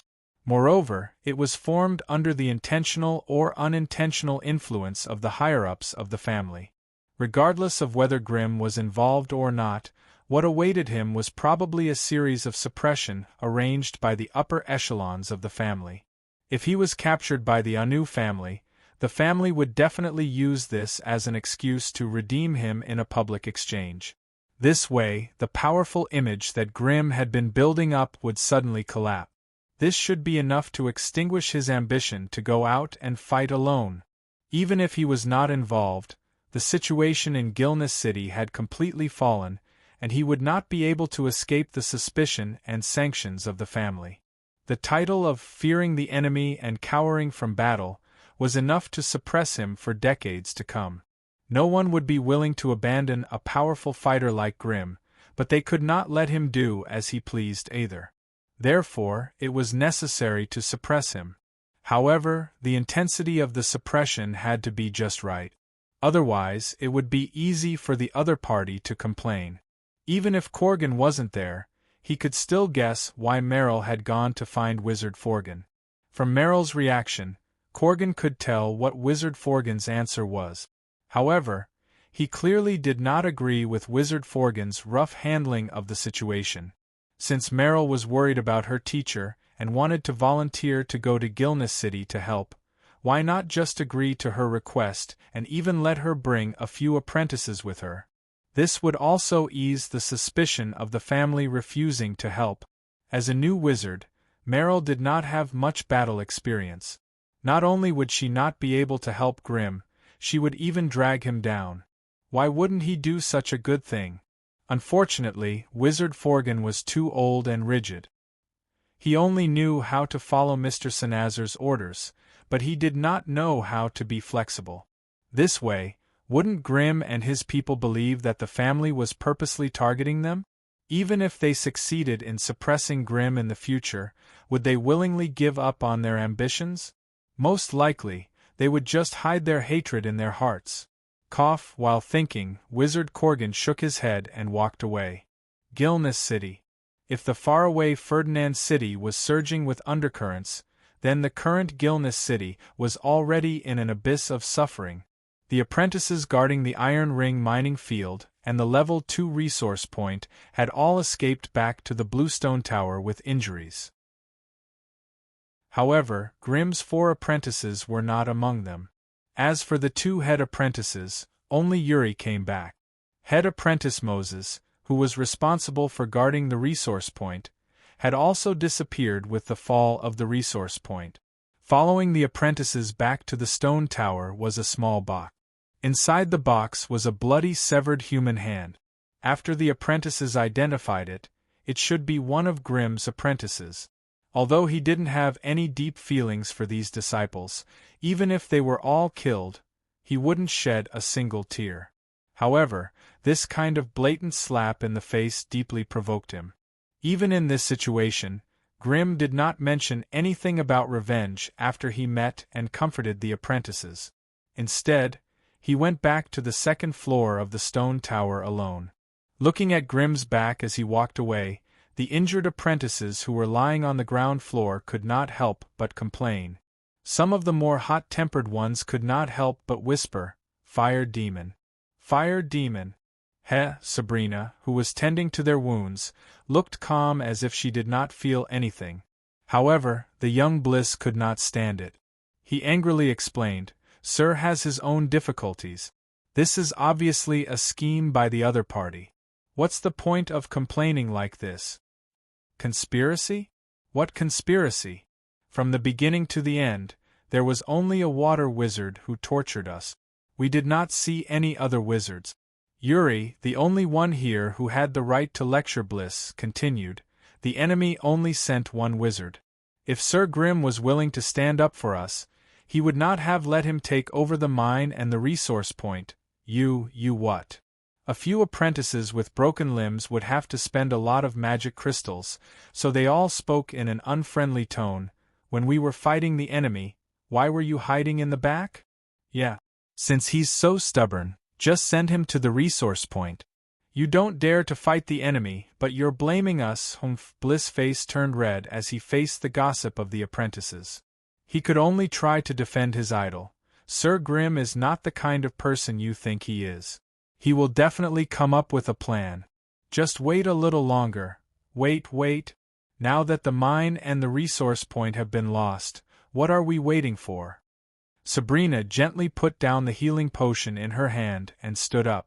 Her scarlet mechanical eyes scanned the room coldly until all the apprentices shut their mouths in embarrassment. Then, she turned around and dragged Blitz out of the hall. "Sabrina, do you believe what they said? Do you think Sir Grimm is the kind of person who is afraid to fight?" Bliss was still angry, and could not help but question her in a soft voice. Sabrina did not turn around. She let go of Bliss and walked towards the spiral staircase. Before she reached the top of the stone staircase, she stopped and said, "They are wizards." Then she walked away without looking back. Wizards? So what if they are? Bliss was still confused. Do wizards think differently from us? Unfortunately, no one could answer his question. Of course, the commotion downstairs could not escape Grimm's spiritual senses.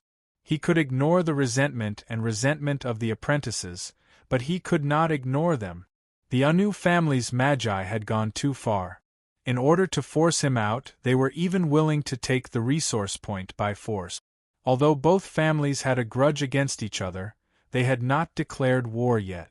The other party had taken the resource point without permission, which was a huge taboo in the central continent. If the Sarubo family was willing to bring the Magus Association of the Scattered Talon Forest to judge the situation, the Anu family would definitely have to pay the price. However, by doing so, the Sarubo family had announced to the entire Scattered Talon Forest that they were weak. They could not even repel the enemy's attack, and needed help from the outside world. This was undoubtedly a huge blow to the Sarubo family's reputation. The other party's reckless actions had forced Grimm into a corner, which made him hate them even more. Chip, how much longer will the data model take? This time, Grimm's tone carried a hint of coldness. Beep. 7 hours 23 minutes 15 seconds. Chapter 446. Level 2 Resource Point. As a mysterious area controlled by the Sarubo family, there were many magical plants being cultivated here. 4 wizards, these snake-tongue flowers, snake-head fungi, blood mist grass, ancient moss, nightmare grass, plague flowers, giant-eyed flowers, human face mushrooms, blood-sucking vines, man-eating flowers. They were just some strange plants with magical properties. They were cultivated for the sake of obtaining some witchcraft materials. But for the mortals near the resource point, these magic plants were all terrifying monsters that killed without blinking an eye. Apart from not being good at running, they were no less dangerous than the monsters in the Black Forest. Even the apprentices in the resource point needed to rely on the powerful spell formations left by the wizards to trap these things, and then harvest them according to the season and maturity. If they slacked a little bit, it could put their lives in danger. So in the resource point, the most basic labor force was the apprentices.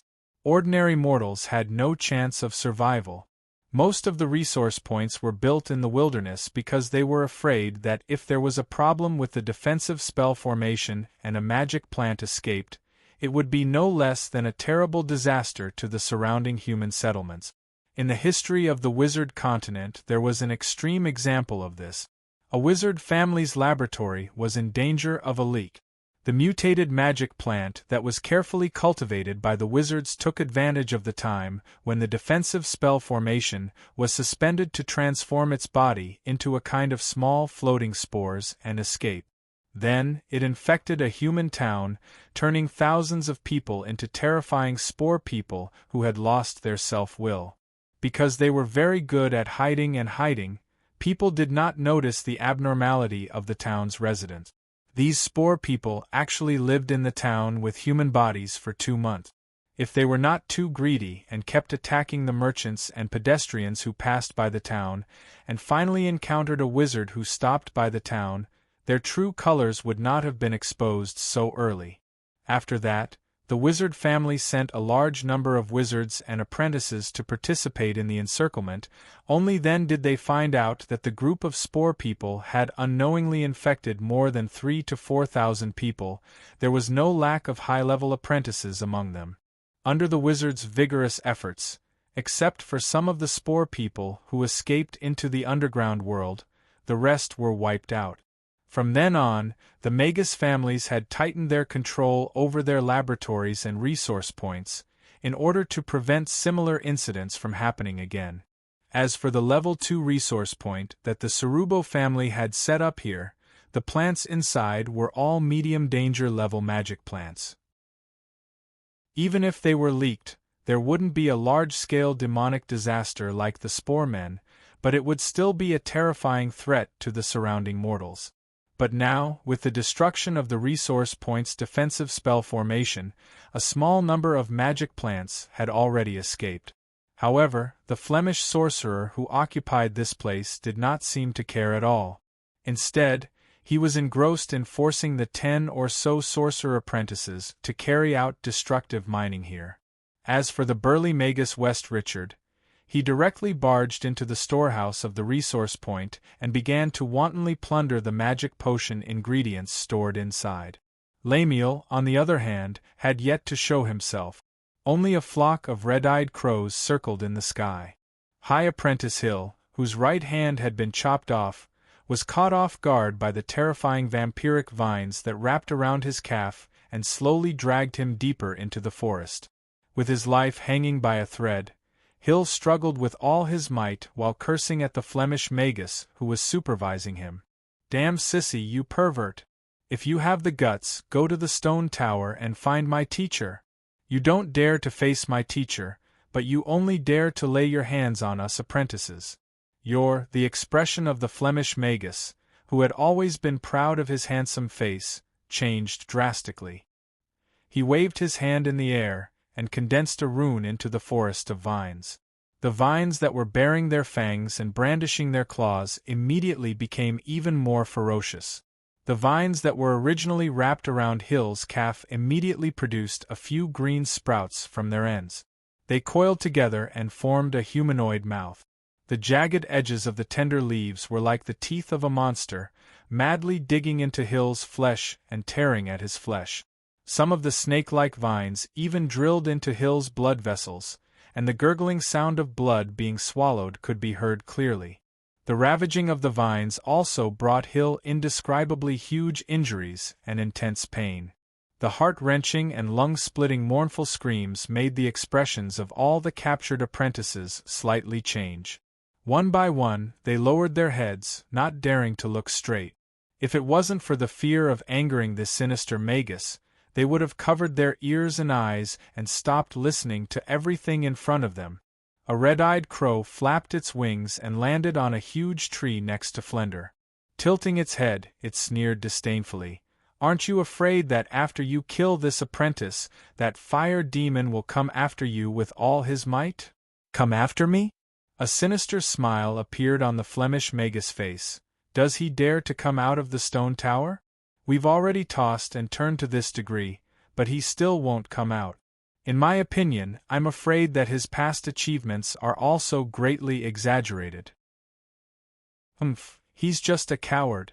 "Caw caw." The red-eyed crow cried strangely. "Don't blame me for not warning you. If the two families finally reach a reconciliation, your current actions will bring you a terrible enemy." "You'll take the initiative to care about me?" Flemish sneered. "Besides, why should I be afraid of a cowardly Magus who doesn't even dare to face me head-on?" Just as Flemish was about to shamelessly boast a few more sentences, he suddenly raised his head, his eyes bewildered as he gazed into the distance. The feathers on the red-eyed crow's body also stood up. It flapped its wings and once again rose into the sky. Its scarlet eyes stared unblinkingly at the black dot in the distant horizon. Even the Magus West, who had been hiding in the underground warehouse without restraint, sensed the abnormality. His figure flew out as if he was flying, and he looked into the distance along with the other two. There, at the end of the white clouds in the sky, a small black dot was gradually becoming bigger. And behind the black dot, a huge cloud of fire was also rapidly approaching. Although the two sides were still quite far away, the surging and mighty aura made even Flemish, who had always prided himself as an elite Magus, slightly change his expression, and his eyes flashed.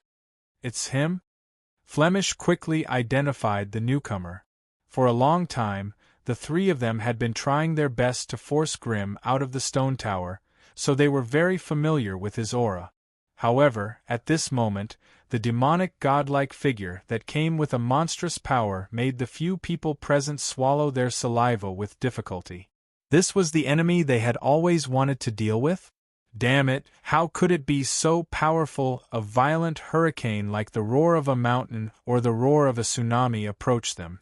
In the blink of an eye, the black dot was already within 3 miles of them, displaying its wild and ruthless side in front of the three.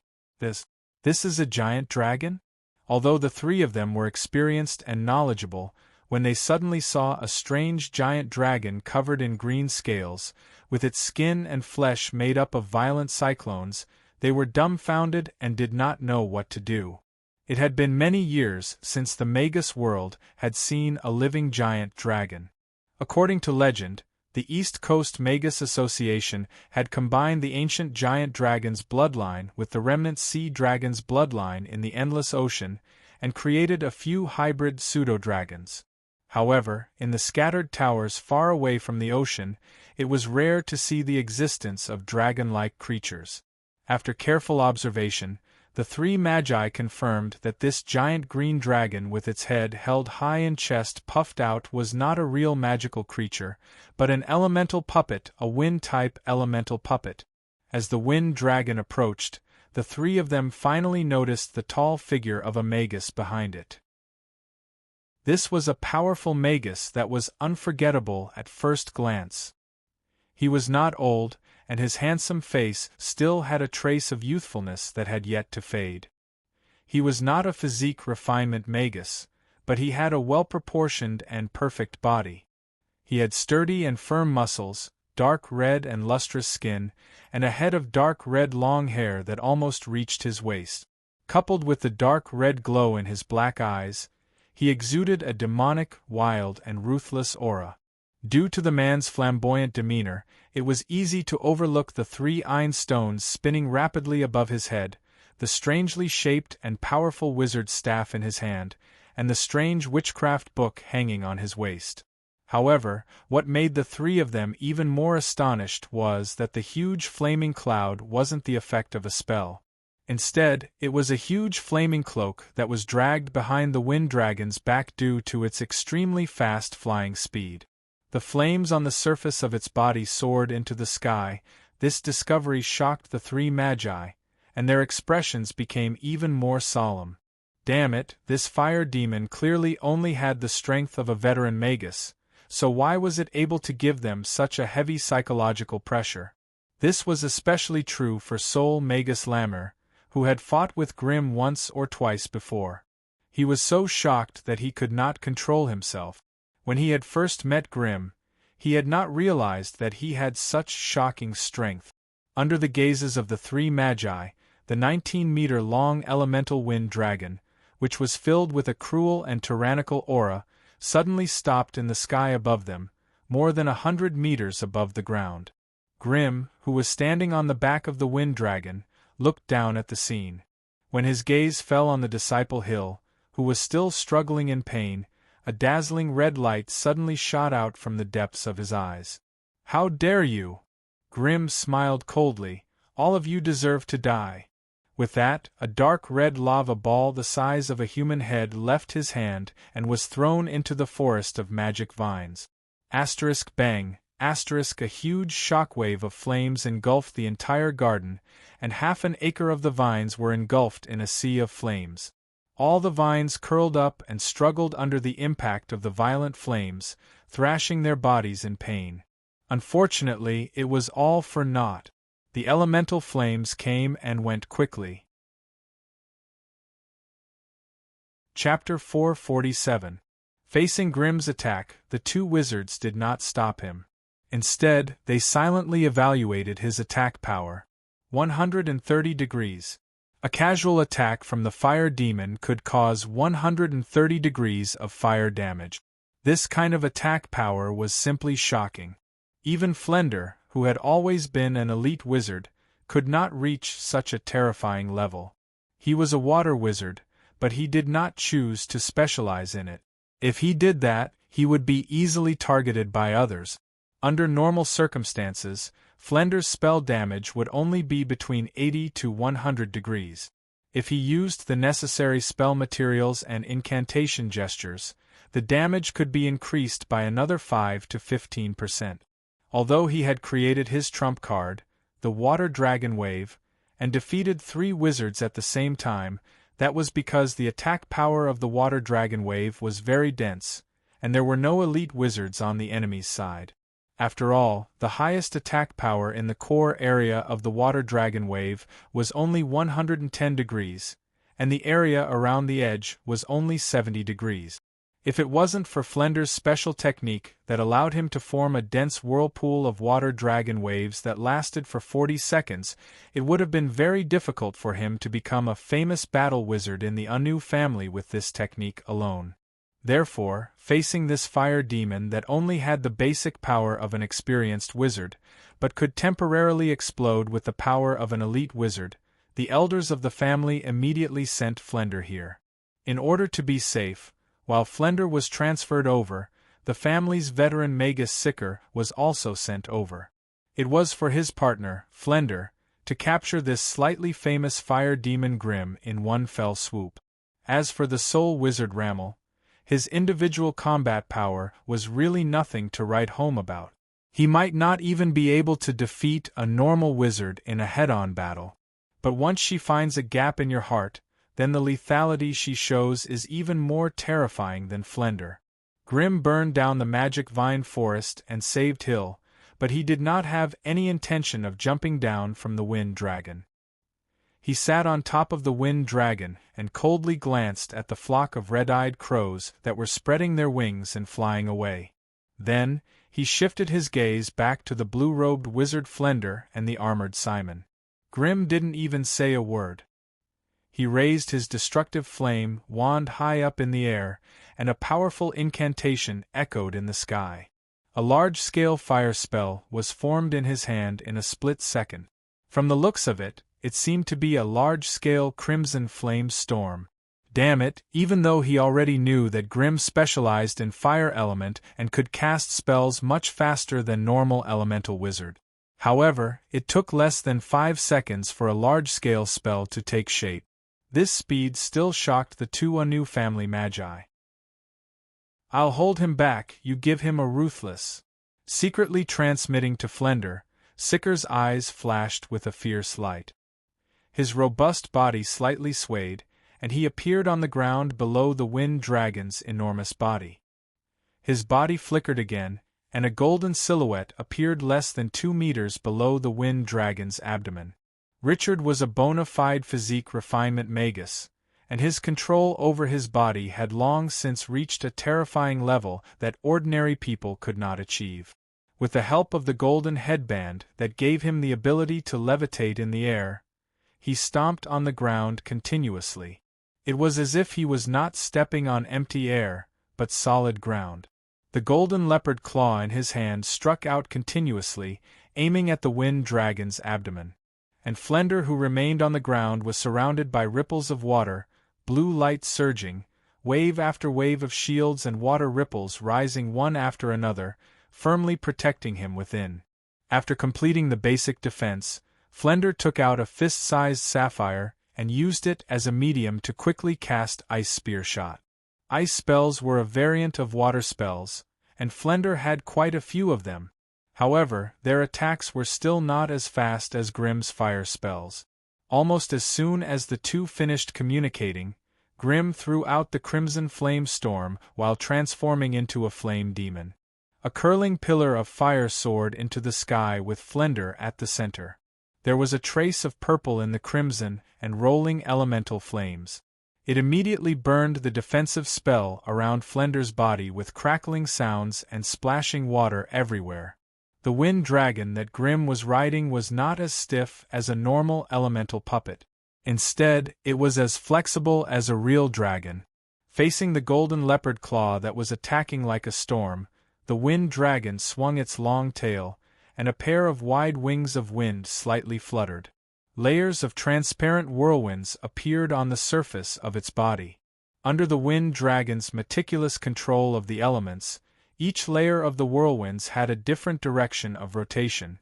When layers of them were stacked together, they formed a whirlwind barrier that was harder to deal with than any defensive spell.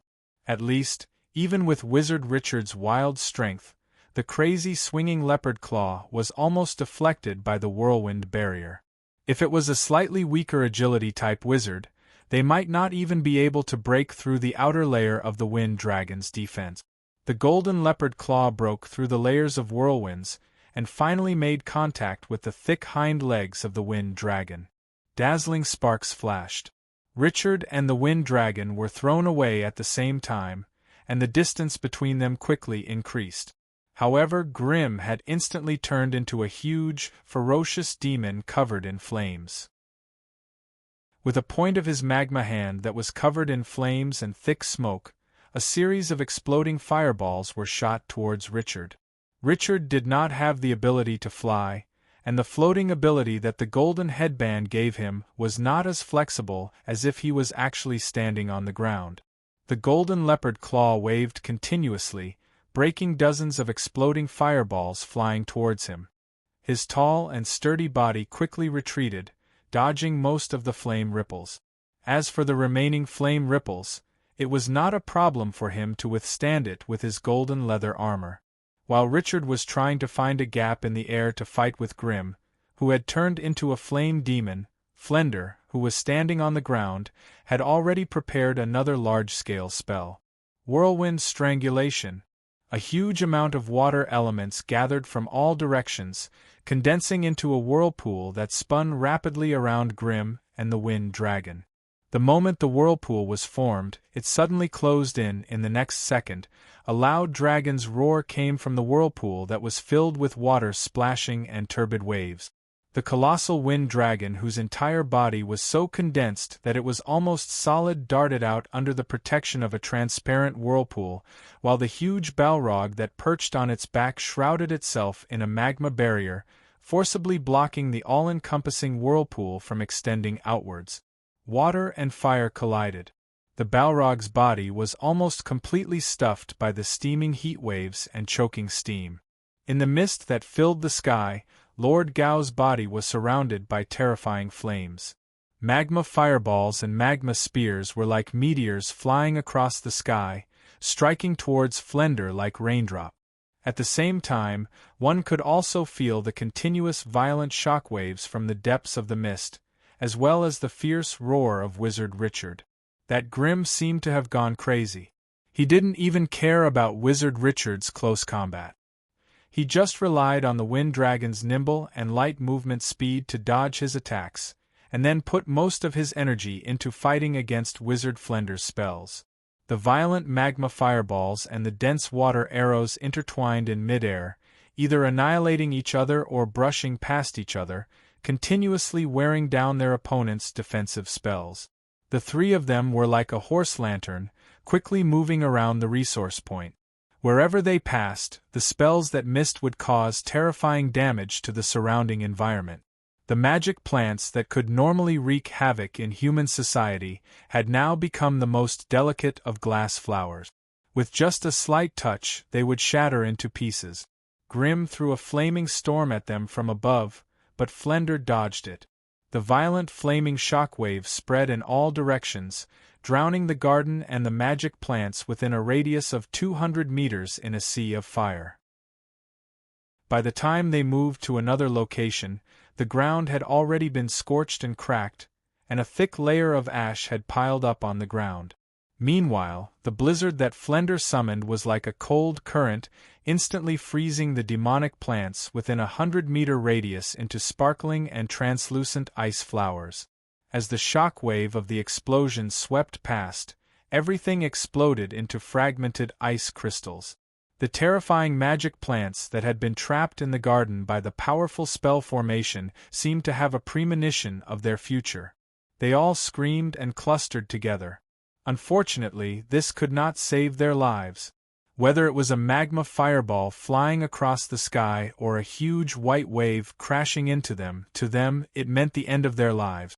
Of course, there were a few lucky ones. Due to the destruction of the resource point's defensive spell formation by the berserk spells, a huge hole had appeared in the spell formation that had trapped them. Therefore, many of the lucky magic plants that had survived desperately fled outward. Some transformed into human forms and struggled to move on the surface, while others drilled into the soil at lightning speed. If these terrifying magic plants escaped into the human settlements, they would definitely cause great harm to the residents there. However, at this moment, the three magi had already turned the sky and earth upside down. None of them cared about this insignificant problem anymore. Although the balance of the battle was slightly skewed, overall it was still roughly balanced. Out of the three, Magus Sicker undoubtedly had the strongest close combat ability. Every swing of his leopard claw and close combat had a terrifying attack power of no less than 110 degrees. His movements were also quick and continuous. Once he got close to them, it would be difficult to escape without paying a price. The one with the strongest attack power was still the Balrog that Grimm had transformed into. Whether it was the blue-robed Magus Flender or the body-strengthening Magus Sicker, none of them dared to face such a terrifying attack head-on. As for the water element Magus Flender, he was much weaker than Grimm in terms of attack power. However, his advantage lay in the fact that his attacks were dense and his water element spells had a slight slowing effect. Therefore, in the long-range battle with Grimm, his role was to stall Grimm and give Sicker more opportunities to attack. Grimm, who was on top of his wind dragon, was obviously aware of all this. Chapter 448. Simon, Human, Body Refinement Magus, Hybrid Poison. Stats: Strength 12, Agility 8, Vitality 14, Spiritual Force 6. Close Combat Skills. Rapid Strike, Savage Strike, Splitting Touch, Flender, Human, Elemental Magus, Water. Stats: Strength 5, Agility 3, Vitality 6, Spiritual Force 17. Common Spells: Ice Spear Volley, Whirlpool Strangulation, Giant Wave Impact, Water Dragon Wave. Magi's powerful life force and spiritual force combined to form a formless force field barrier. Under normal circumstances, it was impossible to clearly and intuitively examine the basic data of the other party with the AI chip's passive probing ability. However, in the process of battle, Grimm could determine the strength of his opponent's spiritual force based on the different penetrative effects of his lava fireballs. He could also determine the recovery rate of his opponent's spiritual force based on the cooldown time of his opponent's casting. He could also determine the opponent's strength, agility, and vitality based on his opponent's movement speed and attack endurance. Although every external appearance of the other party was the result of a combination of countless internal factors, Grimm still managed to obtain a lot of useful data through quantitative and qualitative analysis. Regardless of whether Grimm's attack penetrated his opponent's defensive spell or his opponent's spell revealed his secret, the AI chip was able to create a model for both of them based on the frequency of spiritual waves, the effect of the spell, the strength of the defensive spell, the cooldown time of the spell, and the recovery speed of the wizard power. These detailed data allowed the AI chip to create a model for both of them. He would then use his attacks to test the strength of his opponent's defensive spells, as well as their reactions to Grimm's attacks. These things were undoubtedly very trivial, and it was difficult for anyone to take care of them during a battle. Therefore, Grimm had never thought that someone would be able to collect detailed data from them. At the start, Grimm did not know anything about their basic stats, so the battle was very dull and dangerous. However, when their models were completed, the fog of battle before Grimm's eyes suddenly dispersed, and everything became clear. With the basic stats of his opponents and their battle habits, although Grimm was still surrounded by them, it was as if he had suddenly opened his heaven's eye. He could predict their next moves and possible attack. Grimm was able to determine Seeker's basic movement speed and the limit of his attack with every burst of power. In this way, he would be able to adjust his wizard power just right, and always put himself in an awkward position where his opponent's power could not reach him. That would put Seeker in a difficult position. Let's just forcefully attack. Seiji had moved to a perfect location where his strength was at its weakest. If he wanted to attack from his opponent's flank, he would have to take the risk of a round of counterattacks from his opponent. But if he were to dodge, the opponent would chase after him again, and before Flender's attack could reach him, he would bombard him with a round of almost saturated fireballs. It was very, very difficult to grasp this kind of sense of propriety. One had to know that Seeker's 12 points of strength was already a terrifying attack. If the effects of defensive spells were disregarded, each attack from Seeker's Panther Claw could reach an astonishing 70 points. This number sounded very insignificant, and it seemed to be more than a third of the 110 points of his full-power strike. However, Seeker's 8 points of dexterity allowed him to link his close-range combat skills together, and he could use his storm-like attacks to interrupt and entangle his opponent. He could attack 5 times every 3 seconds, and each attack was around 70 points. If this kind of attack was continuous, what kind of defensive spell would be able to defend against it? Therefore, once Caesar got close to them, it would be very difficult for any magus to cast a spell under such a continuous barrage of attacks. They could only defend themselves and escape to a faraway place. The lava shield around Grimm's body had been activated when he and Flender were engaged in a battle of fire and water. Simon had charged in from the side and broke through the Wind Dragon's defense in one fell swoop. He had used the 2 seconds to get close to Grimm to smash the lava shield into pieces of lava and fire. If the Wind Dragon did not chase him away with its wind vortex, Grimm's remaining flame shields would not have lasted for more than a few seconds. Of course, Sicker also paid a considerable price for his rapid advancement. The Balrog's burning domain and fire barrier stacked together, and he had to endure 80 degrees of fire damage per second. On top of that, the lava shield had an additional 25 degrees of fire damage per second. Therefore, he retreated to avoid the Wind Dragon and Grimm's counterattack, and he also wanted to retreat to the edge of the battlefield so that his injured body could recover in time. With his 14 points of vitality, as long as his body was not broken, he could use his power of the will to recover his damaged body. Also, as long as he was 20 to 30 meters away from Grimm, he was confident that he could dodge 70 to 80% of Grimm's counterattack with his skillful fighting skills and dodging method. And his sacrifice was worth it.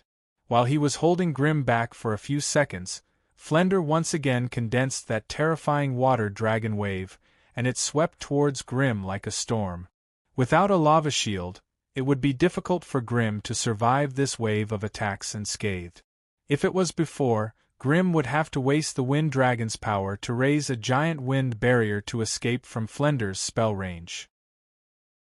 Grimm had to prevent his defensive spell from being stripped away and injure his body. While he was escaping, he also had to be careful of Sicker's sneak attack. But now, with Grimm's meticulous observation of the entire battle, he suddenly changed his previous conservative and cautious approach and changed to a completely different tactical strategy. Grimm growled softly and shot out 3 lava fireballs in a triangular formation at Flender's water dragon. Grimm, on the other hand, did not take the opportunity to escape. Instead, he turned around and pounced on Simon, who was slowly retreating. "What is he doing? Trying to kill me?" Sicker, who was looking for an opportunity while retreating, was surprised. Then, he became slightly happy and began to move his body left and right at a steady pace. 2 golden leopard claws swung out consecutively, creating a powerful wind pressure. Grimm's fire shield trembled from the force of his claws even though he was 27 meters away.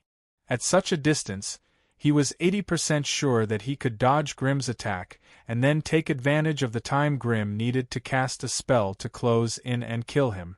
Moreover, Flender's water dragon wave was right behind Grimm, and the 3 fireballs would not be able to block it. As long as he could hold Grimm back, Flender would definitely be able to use this opportunity to deal a heavy blow to the fire demon.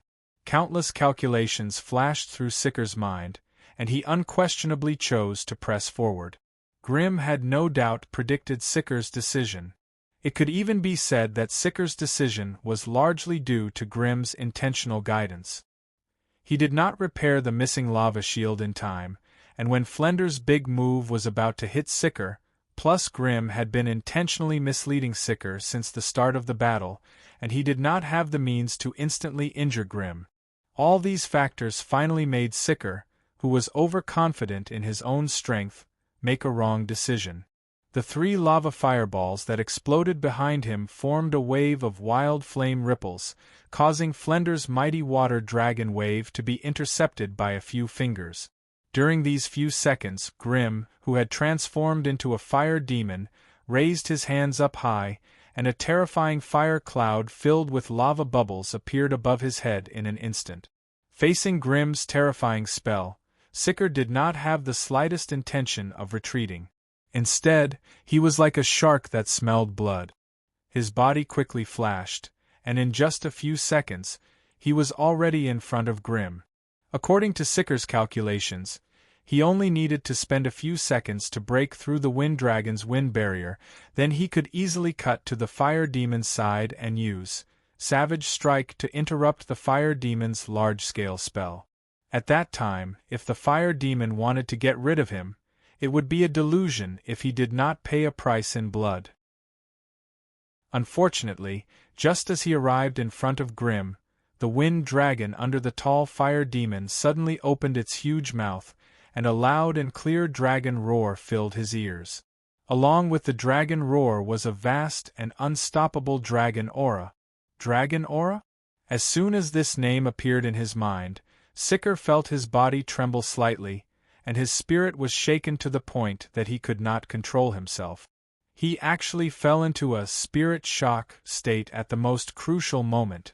Sicker, who had a vicious expression on his face just a moment ago, was now scared out of his wits. Damn it, why is it dragon aura? Isn't dragon aura something only real dragons can have? Don't tell me this brat used a real dragon crystal to make this dragon-shaped puppet? He figured out the whole story in an instant, but it was already too late.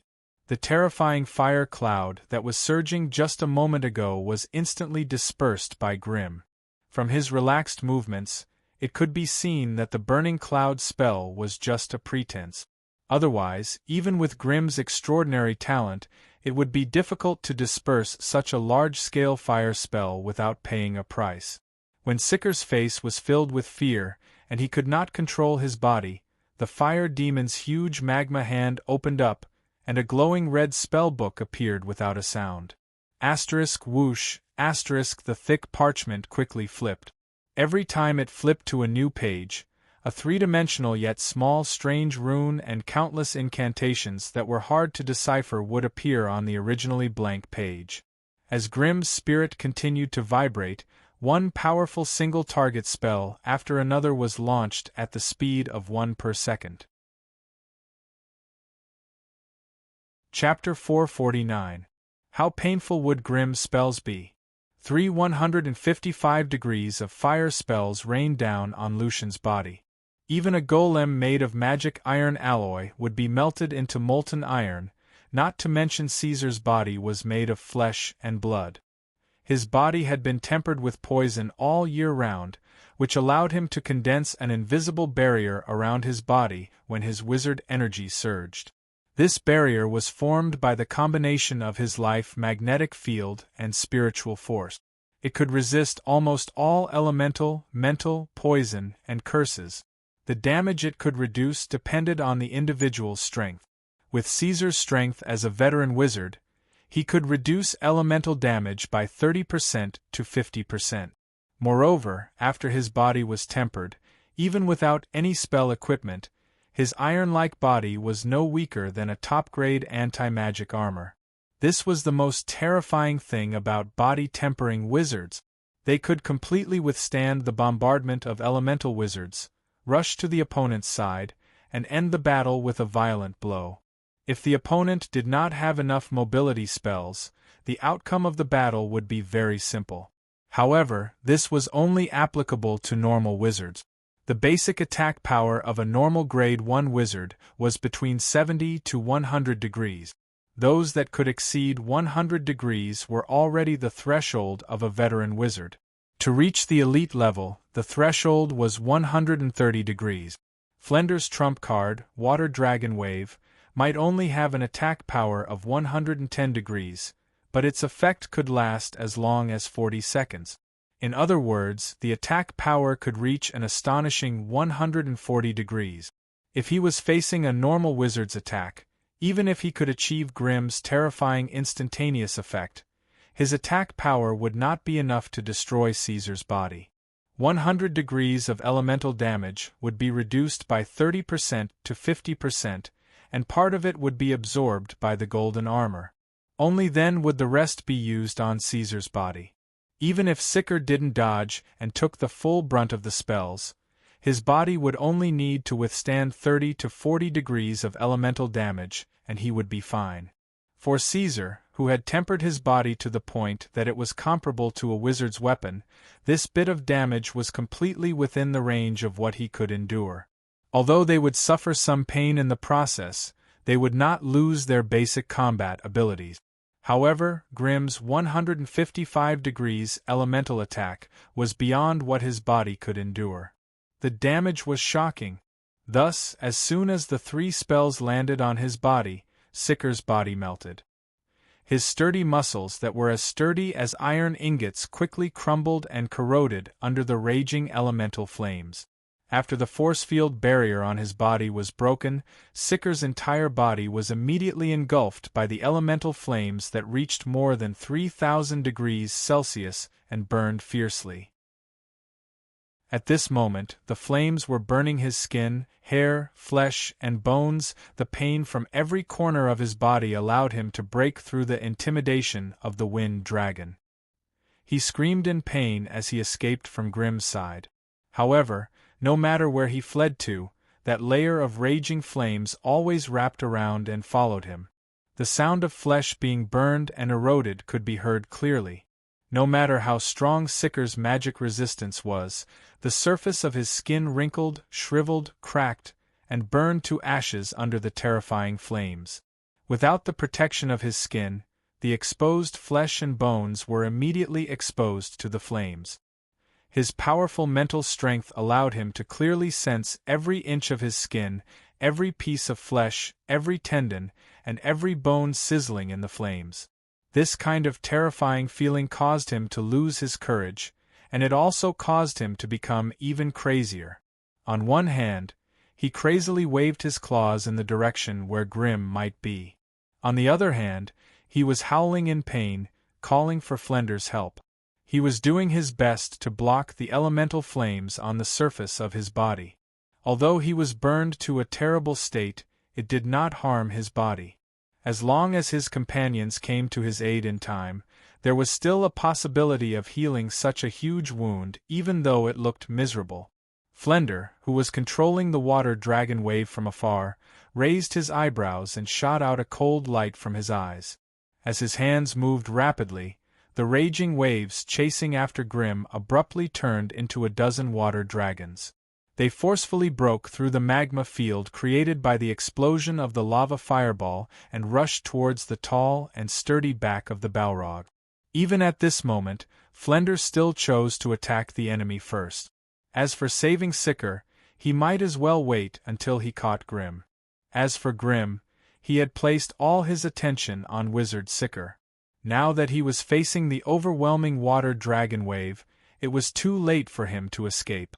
Flame Leap was indeed a good escape and travel skill, but it still needed about a second of fire guidance and locking on.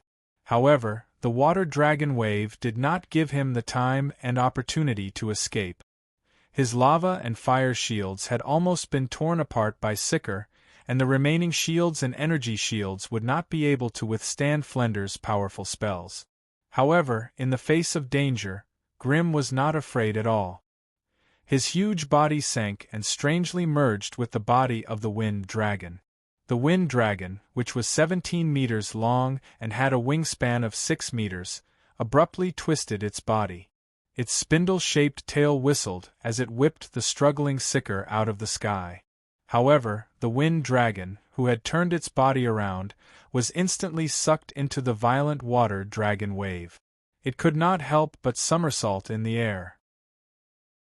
Its body that was covered in green scales creaked from the impact of the water dragons that were tossing and turning. If it was not for the fact that the elemental energy in its body was condensed enough, its body would have been broken by the water dragon. Seeing Grimm and the wind dragon being sucked into his water dragon wave, Wizard Flender's heart was filled with great joy. After tens of years of bloody battles, he was filled with absolute confidence in his water dragon wave. As long as his opponent was a wizard with a body of flesh and blood, as long as he had not stepped into rank 2, he would not be able to withstand the repeated attacks of a dozen water dragons. However, as he furrowed his brows and struggled to control the water dragons, a terrifying dragon roar tore through the sky from the core of the huge wave. It was as if an unparalleled ferocious beast was hiding in the huge wave. An invisible, egg-shaped ripple spread out from the inside and swept through every inch of space in an instant. Wherever the invisible ripples went, all the huge waves, whirlpools, and water dragons were crushed into mist by the incomparably violent power, and then returned to the disorderly water element. The water dragon wave that was sweeping through the sky turned into a cool world of water in an instant. The water element was so dense that it was almost solid, but it quickly dissipated. Amidst the rippling water world, a green wind dragon flew out with its head held high.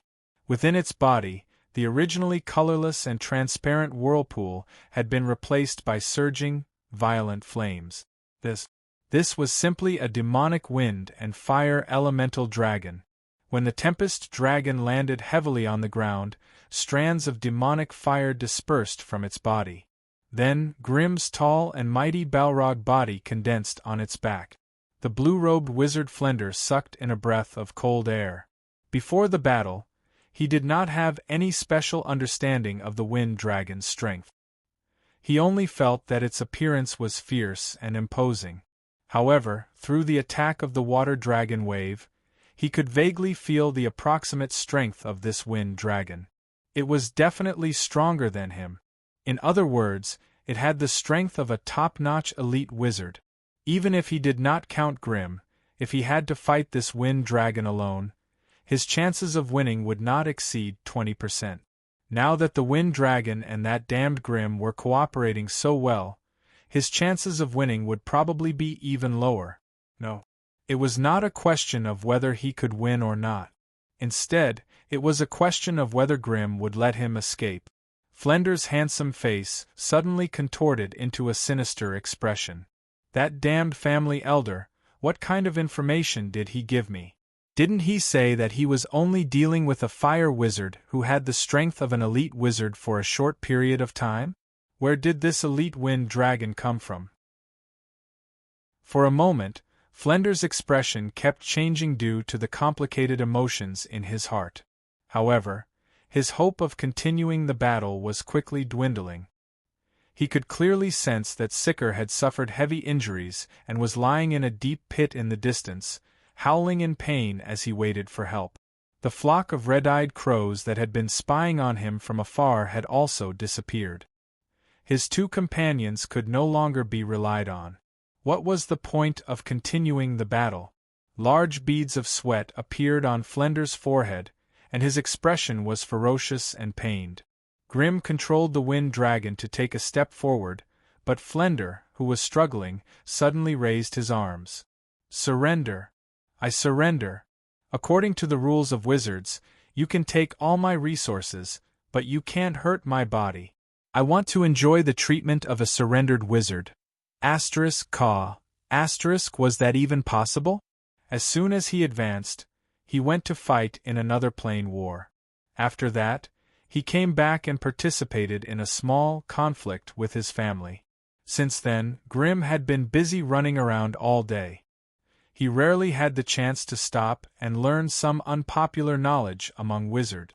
Thus, when Flender suddenly surrendered, Grimm's hand that was holding the lava fireball was stuck for a few seconds. Under his strict orders, the AI chip immediately pulled out the contents of the Magus's handbook and quickly looked up information related to surrendering on the battlefield. This Magus's handbook was a basic item distributed by the Scattered Wizard Association of Terran. Almost every Magus in the central continent had to abide by the rules and taboos in it. Although many of the contents could be ignored in private, if they were to brazenly go against it, they would inevitably be hunted down by the law enforcers who had nothing better to do. Chapter 450. Bluestone Tower. Wizard Grimm had been gone for more than 10 hours, and everyone in the tower was in a state of panic. Although the wind dragon that Grimm had summoned had boosted the confidence of every wizard follower, the fact that he had yet to return caused all sorts of rumors to spread. Wizard Grimm must have run away. A chubby senior acolyte yelled. He abandoned us here and ran away by himself. If the Anu family's wizards come, we'll all be dead. Yes.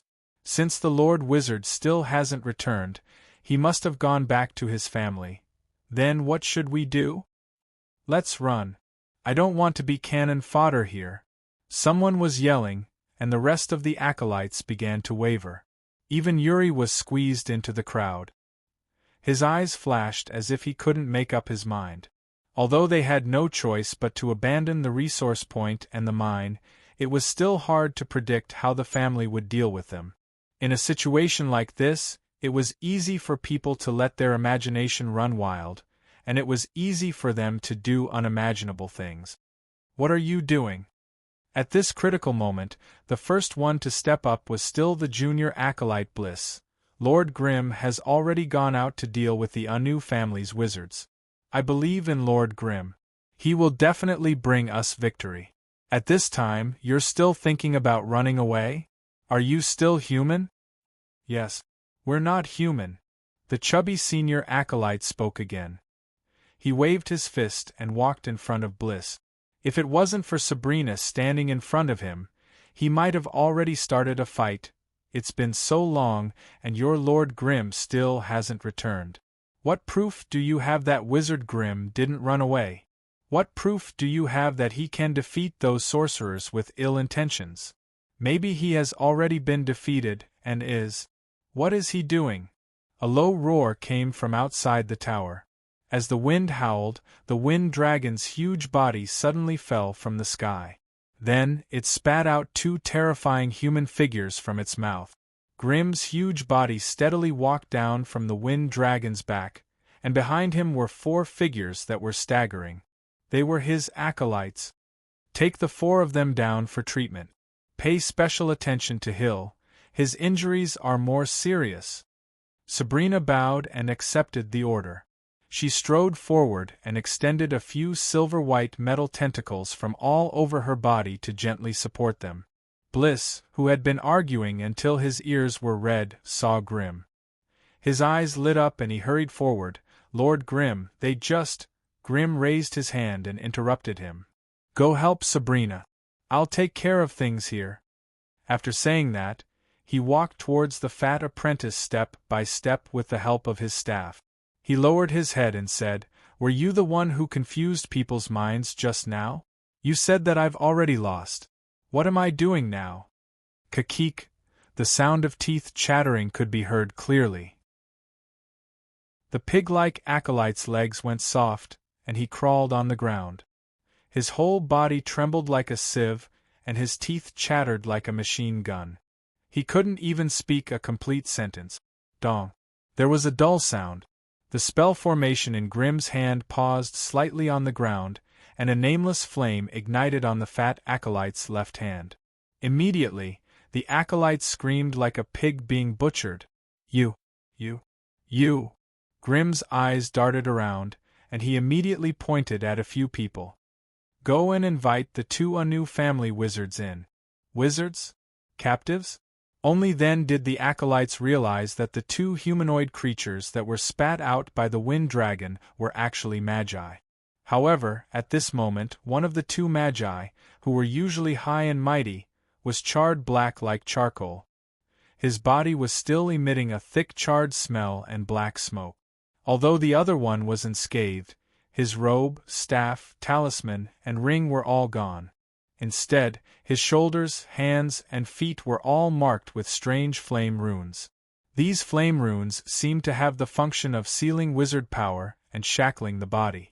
Once the wizard's body twisted or the wizard power in his body moved, the runes would emit a flame, burning his hands and feet, making a sizzling sound. It was so painful that he broke out in cold sweat. Yuri, take a few people to the resource point and bring the trapped acolytes back, Grimm ordered. After Yuri and the others left, Grimm looked down at the fat acolyte who had already passed out from the pain. His left hand had already turned into a lump of charcoal, and the slightest touch would cause it to shatter into pieces. Take him away, Grimm yelled in a low voice. Send him back to the family tomorrow. I don't want to see him again. At this moment, Flender had already been escorted by a few acolytes to Grimm's side. He yelled with a ferocious expression, I've already handed over everything I have. You can't torture us anymore. You must give us the treatment we deserve. There will definitely be treatment, but you must use magic crystals to exchange for it. Your comrade is so badly injured. I'm afraid the cost of treatment alone will be very high. Do you want me to pay for this as well? Grimm snorted in disdain. You can stay in the stone tower without worry. I'll provide the basic protection of a wizard. But if your family doesn't provide a reasonable compensation in 10 days, I'll have to give you a good explanation for destroying our mine and resource point. Flender let out a long sigh and finally lowered his head helplessly. 10 days? Who knew how the higher-ups of the family would react? If both sides really couldn't come to an agreement, Flender looked at the pitiful Richard beside him, who was as black as charcoal, and let out another deep sigh. The result of the battle at the resource point had already reached the hands of both families before midnight. Hearing this unbelievable news, a storm broke out in both families. Ferd South City Wizard Tower. Hearing the news, Sanazar, who had rushed back to the Wizard's Pagoda's residence from her private territory, sat on her chair without saying a word. Her body was covered in a purple mist as she quietly listened to Wizard Forgan's detailed report. Wizard Kogan, who had always been nurtured by his family, also sat quietly at the side with his eyes lowered. Since there were more than 10 wizard apprentices who witnessed the battle at the resource point, Wizard Forgan's description was as detailed as he could be. Almost every detail of the battle was clearly analyzed. Especially the wind dragon that appeared out of nowhere, Wizard Forgan directly evaluated it as a top-level elite wizard. Just this wind dragon alone was enough to put Grimm on the level of a Tier 1 elite wizard. His strength still had a lot of room for growth. Once he tempered his body, his basic attributes would explode, and his strength would have a lot more room to grow. This was the embryonic form of a powerful magus. The appearance of such a powerful sorcerer in their family was a good thing, not a bad thing. But everyone present knew that the resources that Grimm had obtained from his family could not even compare to Kogen's. A wizard who was not a core member of the family suddenly showed such great potential. While they were happy, they were also worried. If such a fellow was allowed to grow up in the family, who among the magi of the same rank as him would be a match for him? This guy was like a natural magnet. He would definitely attract a lot of followers in the family. If he decided to leave the family in the future, the Cerubo family would no doubt split up. Master, do you think we should continue to suppress this Grimm? Wizard Forgan couldn't help but ask. Hearing this, Wizard Kogan's body slightly trembled, but he did not say anything. After all, everyone in the room was a high-ranking wizard in the family. A Tier 1 wizard like him could only listen to their orders. He did not have the strength to stand among them. Of course, his actions had attracted the attention of Wizard Sanazar, who was sitting at the head of the table. What, Kogan, do you have a different opinion on this? Wizard Sanazar had been busy increasing his strength recently. He had long lost his patience with the trivial matters of the family. If it was not for the fact that what happened today was too unbelievable, Wizard Forgan's request for an audience would not have been able to summon her back from her private domain. Masters, from now on, our suppression of Grimm is no longer appropriate. Wizard Kogan hesitated for a moment and finally decided to voice his opinion. Can't you see what that Grimm is thinking? Wizard Forgan snorted. He chose to build his wizard's pagoda in the Black Forest far away from the family, and after he settled down, he did not choose to work with the family. Instead, he chose to work with the Scattered Tower Forest Wizard Association.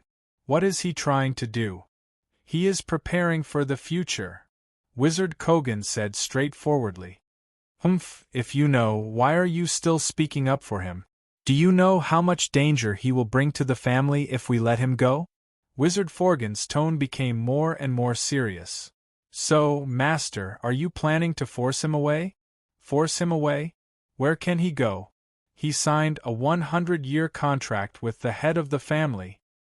He is not as isolated as you think. If we force him too hard, Wizard Kogan's voice became lower and lower. He could not help but look at the purple mist around Mr. Sanazar. You mean he will choose to rely on Alice? Sanazar's voice suddenly emerged from the purple mist. I don't know what kind of relationship he has with Alice, but I can see it clearly. Alice must be a chess piece that Grimm set up in advance. Once the family can no longer accommodate him, as long as he lowers his head, it is not unimaginable that he will obtain the protection of the Destiny Witches. And at that time, will the family tear up the good relationship that they have just established with the Destiny Witches for the sake of a Tier 1 wizard? The purple mist suddenly became silent. Wizard Forgan also frowned. This was the first time he had started to think about this problem. That Mary will be back soon. After a long time, Senazar, who was in the purple mist, suddenly said, "Wizard Mary? The vampire who is on good terms with Grimm? Isn't the night plane not completely stabilized yet? Why did they send her back now?" Wizard Kogan was shocked and couldn't help but blurt out. After he asked, he realized he was being rude, so he hurriedly bowed and stepped back. Senazar seemed to not notice Kogan's rudeness and simply explained, "That Mary is not a peaceful person. She got into trouble in the night plane and killed Intich. This time, she was sent back, and the family is still discussing her punishment. How could this be?" Wizard Kogan's eyes began to sparkle. Why was this guy who had been in contact with Grimm so hard to deal with? Did that Wizard Mary want to die? Chapter 451. The aftermath of the battle was being dealt with in an orderly manner. After bringing people back to the resource point and bringing back the captured acolytes, all the injured acolytes were left in the stone tower to recuperate, while the uninjured acolytes were all sent out to clean up the mess outside. As for the resource point, it had lost its value after the warehouse was emptied.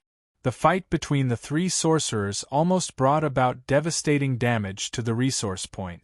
The land that occupied an area of 30 to 40 acres was either scorched earth or turned into a swamp after a flood.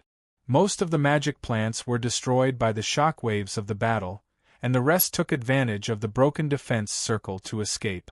In order to prevent the terrifying magic disaster from happening in the surrounding territories, Yuri and Moss, who was slightly injured, had been running around Gilness City day and night, trying their best to clean up the fish that had escaped the net.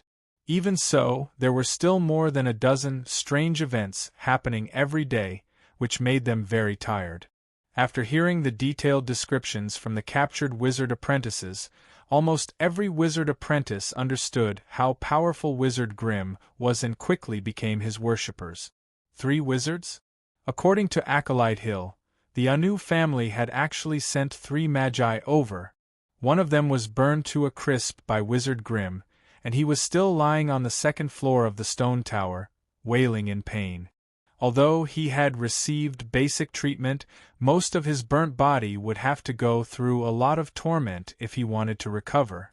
Another one was directly captured by Wizard Grimm and locked in the stone tower with multiple restrictions. He had completely lost his freedom. It was said that he was a terrifying elite battle wizard. As for the third one, he did not even show his face. He was scared away by Wizard Grimm's power.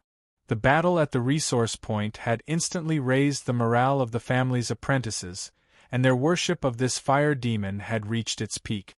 Even those who were previously skeptical were greatly shocked after returning from the ruined resource point. According to them, that place was simply a terrifying world of lava at this moment. Everywhere was terrifying lava that had condensed after flowing recklessly. Everywhere was scorched black and cracked ground. The pungent smell of sulfur filled the air. The remaining heat from the black and red lava had yet to dissipate. There were also flower beds and gardens that were in a state of desolation. If it was not a landmark, they would not believe that this was the resource point that they were so familiar with, the one they had guarded for 7 or 8 years.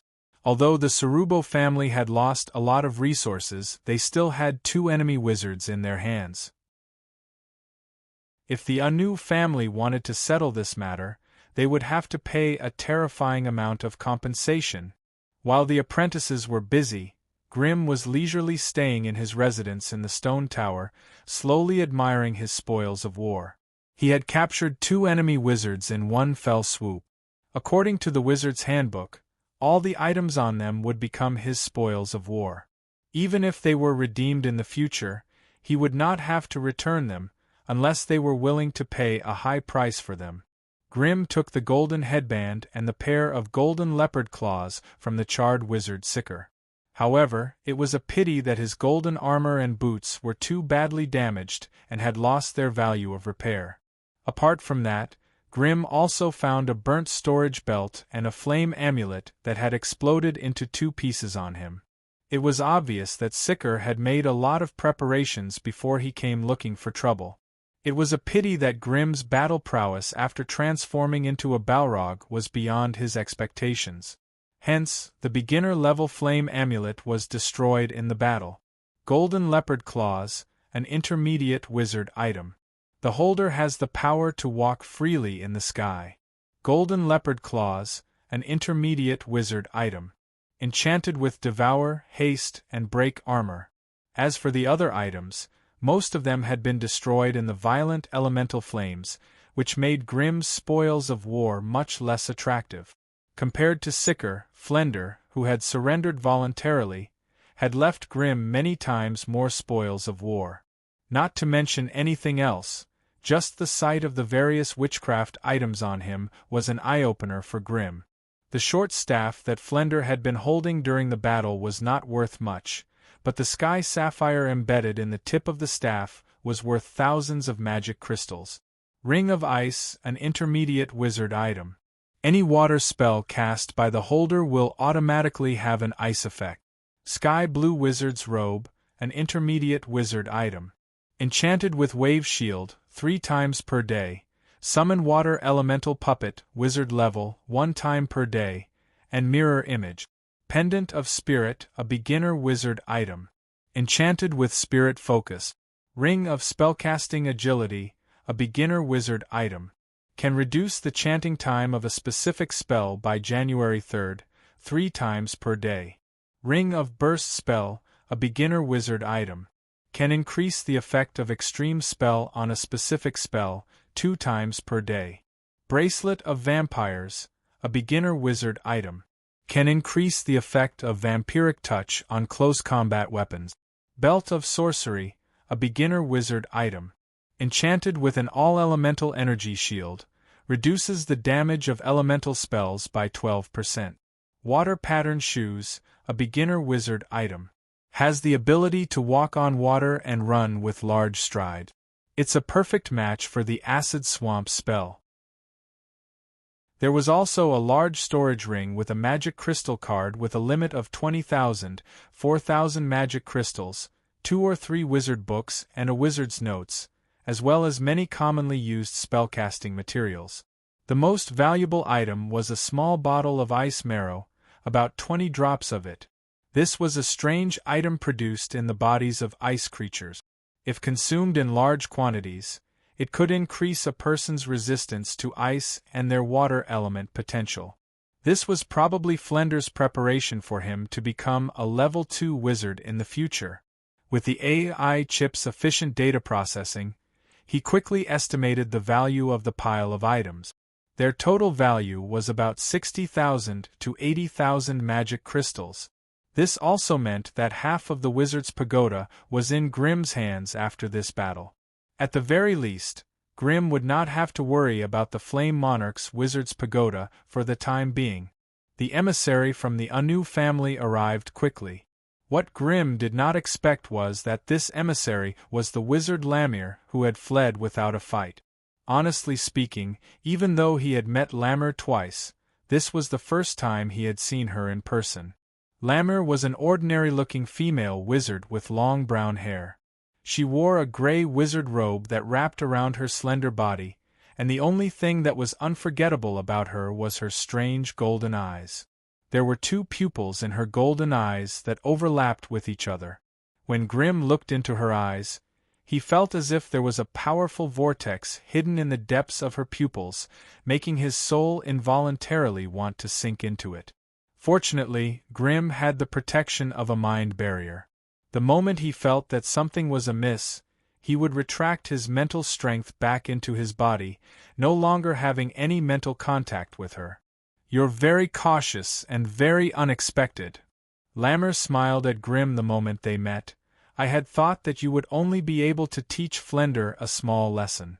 I did not expect you to be so powerful, to have an elemental puppet of such a level.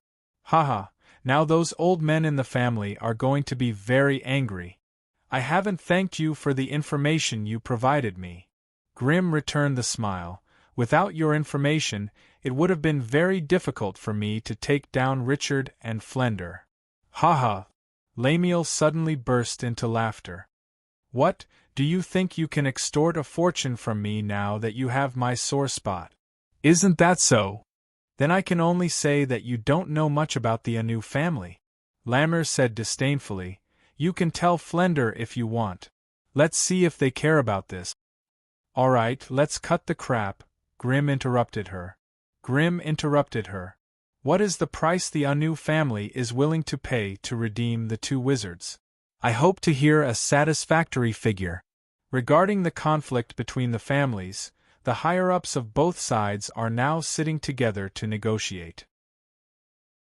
Even I don't know the specifics of the deal.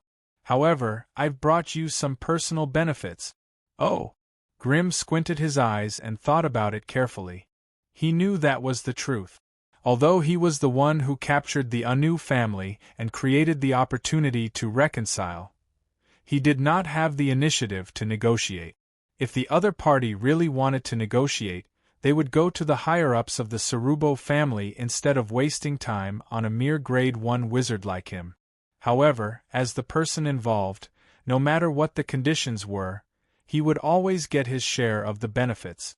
Now it all depended on how much sincerity the other party was willing to bring to improve the treatment of the two wizards.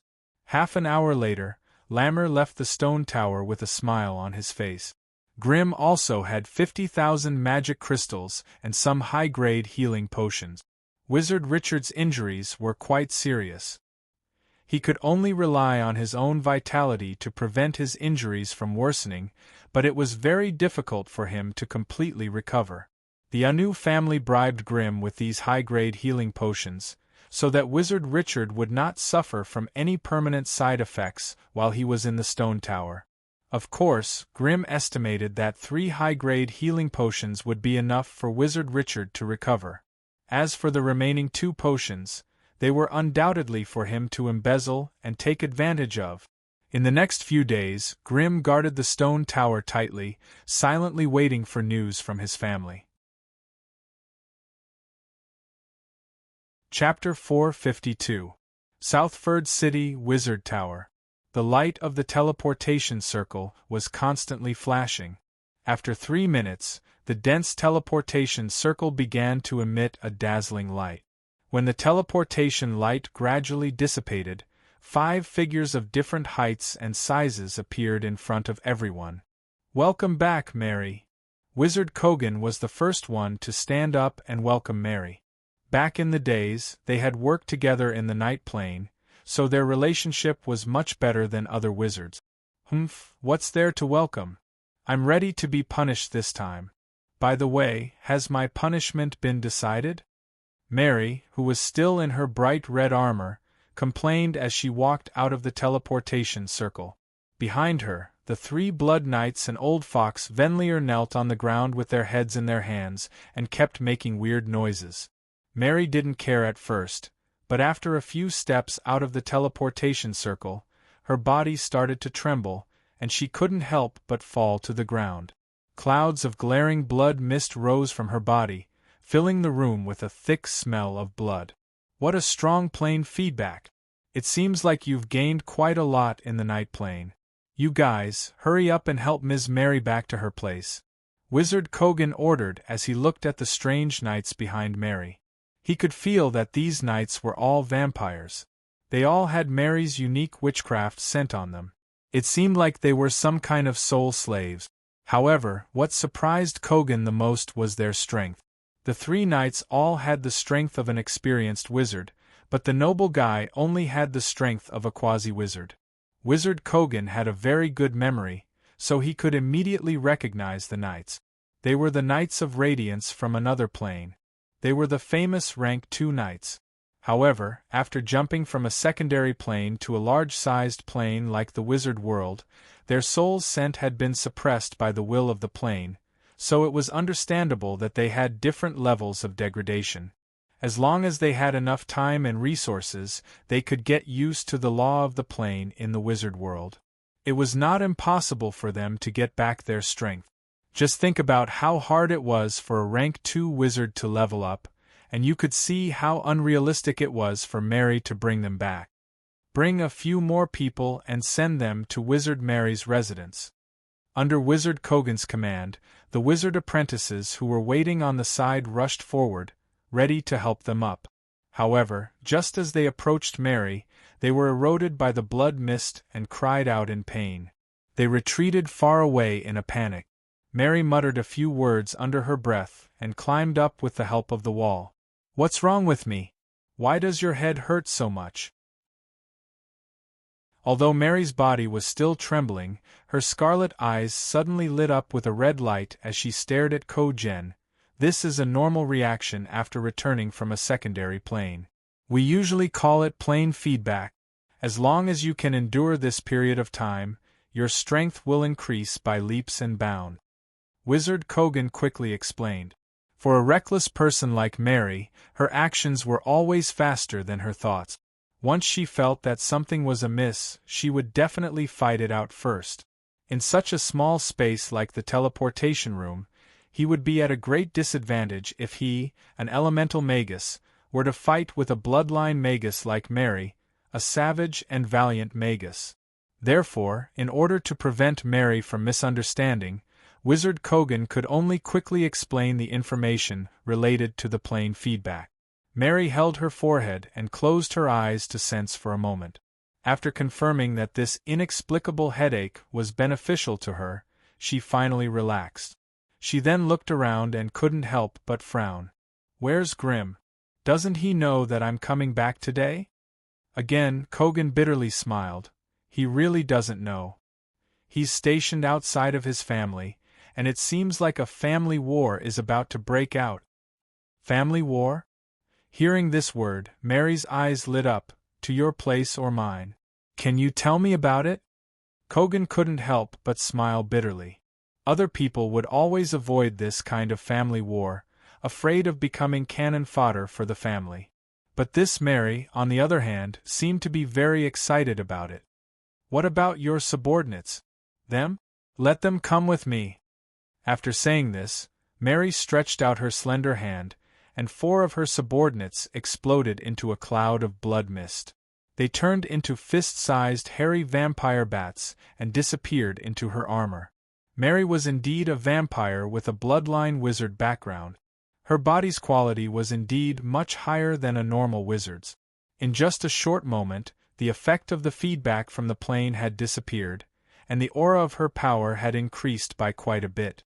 If Grim was here, he would be shocked to find out that Mary's current stats had far surpassed his. She had already reached the level of an elite wizard. 2 hours later, Mary walked out of Wizard Kogan's room and quickly walked through the corridors of the wizard's pagoda. Just as she turned 2 corners and was about to see the door of her residence, old Fox Venlier's high-pitched voice suddenly rang in her ear. "Master, it seems like that Wizard Grimm's position in the Salubo family is not that stable." "Oh, why do you say that?" Mary's expression did not change. "I don't know if you noticed, but that Wizard Kogan did not seem to be happy to see you meet with Wizard Grimm. He hinted many times that the situation there is complicated, and it is not suitable for you to be there."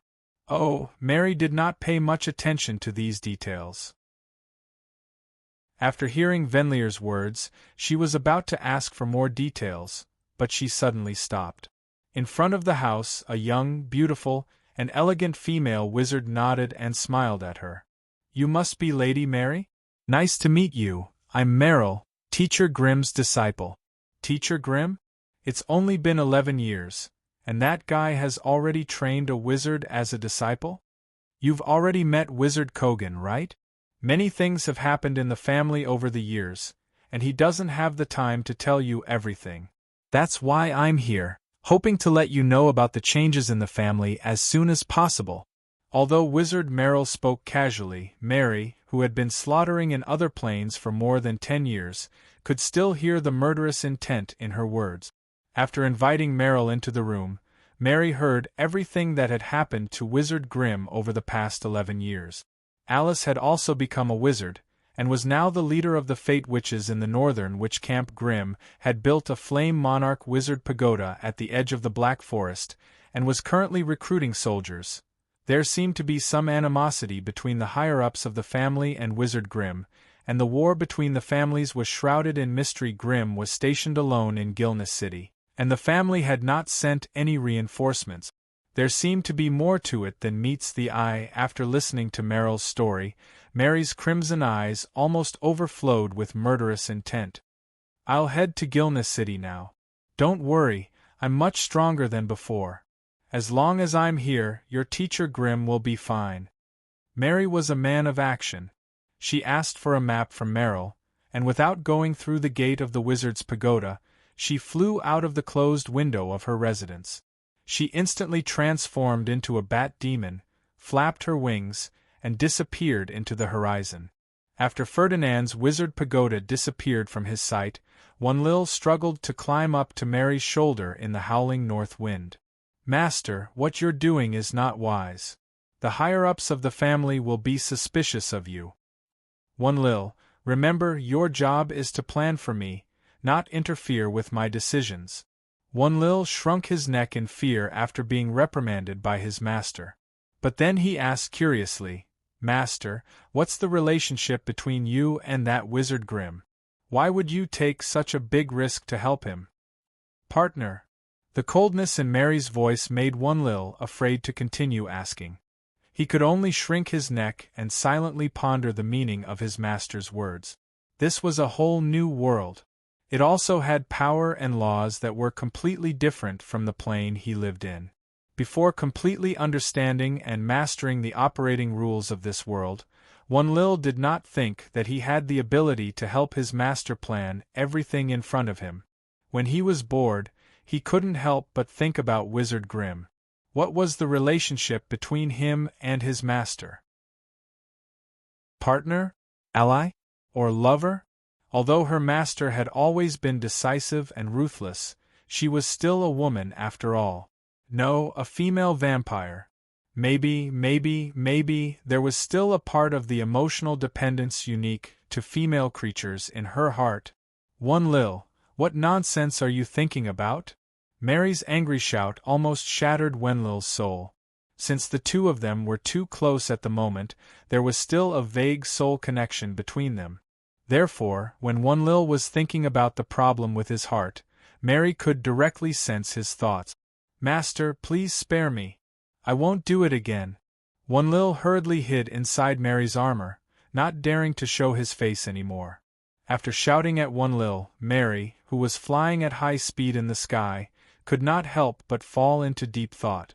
When she heard that Grimm was in big trouble, she did not hesitate to rush out. But she could not figure out what was in her mind. Lover? What a ridiculous word it was. There were indeed many male and female sorcerers who got together and became lovers, or in the eyes of others, husband and wife. But most of them were in a subservient relationship. One of them belonged to a high-grade wizard, while the other relied on the other for resources, knowledge, or family, and lived a strange life of being domesticated. Mary could not accept such a twisted relationship, unless she was the stronger one. At the thought of this, Mary's scarlet eyes lit up involuntarily. Chapter 453. Limestone Tower. As this was an extremely simple stone tower, it did not have the complete facilities for spells like the wizard's pagoda. Of course, it did not have a sea of lava like the blazing flame monarch to continue tempering his spirit. The efficiency of meditation in such an environment was only 1/4 or 1/5 of the efficiency of the blazing flame monarch.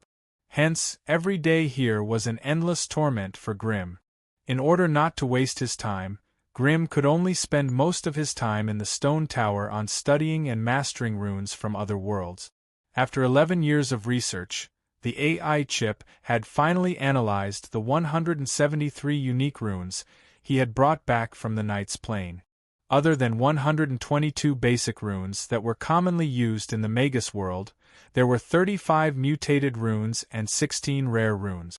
Now that the form of the runes had been determined, What he needed to do next was to analyze each and every rune in a more thorough manner to uncover the mysteries and knowledge hidden within. It could be said that these mutated runes and rare runes were the most important to Grimm in his journey to the Knight's Plane. This was because this was a small plane that contained the essence of high-level secret knowledge.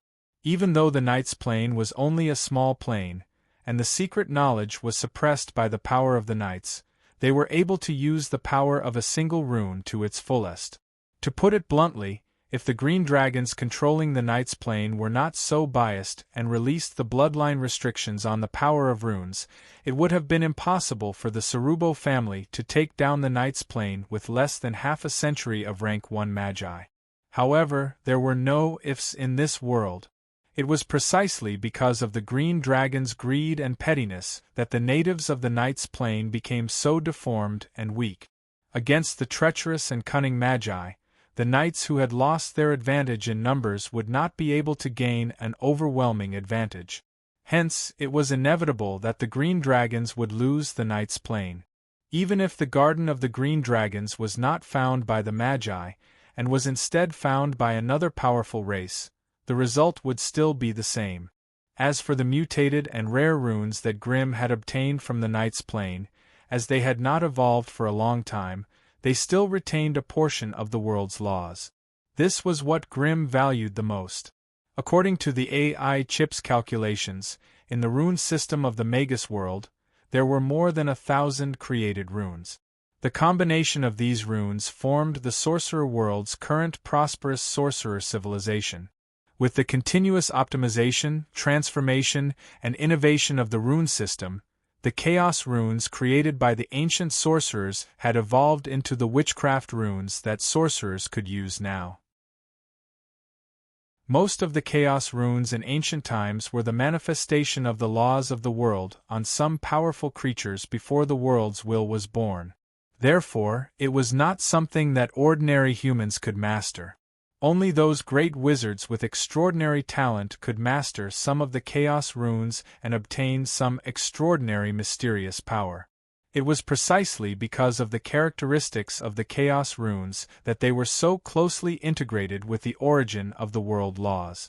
Therefore, in ancient times, magi who had mastered the chaos runes possessed terrifying might that could topple mountains and overturn seas. However, it was too weak for the huge human race to rely on just a few great magi to protect them.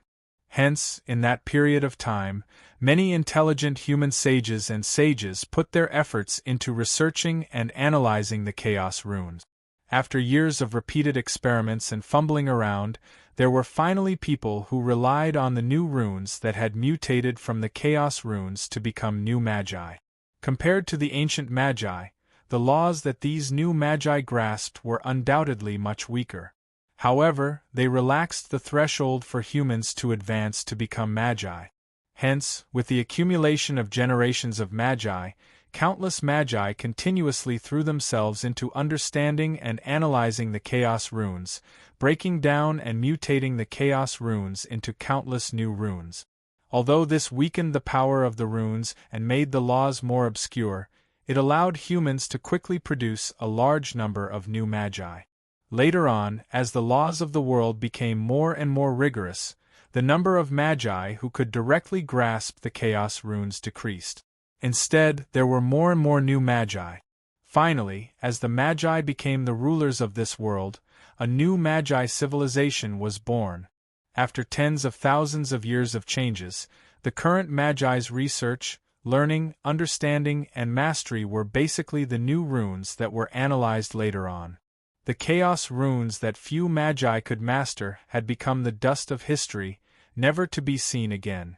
However, all elemental magi knew that when one's strength and knowledge had accumulated to a certain extent, in order to understand the power of the laws faster, the chaos runes would undoubtedly be 100 or even 1,000 times stronger than the new runes. Unfortunately, in the current Magus world, obtaining an ancient chaos rune was harder than ascending to the heavens. The large magi organizations and forces might have some chaos runes in their treasure vaults, but they would never selflessly take them out for all magi to study and analyze. Instead, they would treasure them and hide them within their organizations, only allowing high-ranked magi and core magi to study them. According to many powerful magi in the Witchcraft Manual, the study and analysis of these chaos runes were extremely difficult, and the time taken was abnormally long. Even if it was the same chaos rune, if two powerful magi tried to analyze it at the same time, the knowledge and experience obtained would be completely different, and they could only be used by themselves. This also meant that even if someone selflessly took out the results of their research, others could only use it as a reference and could not directly use it. It was because of this special situation that the chaos runes were abandoned by the majority of low-ranked magi.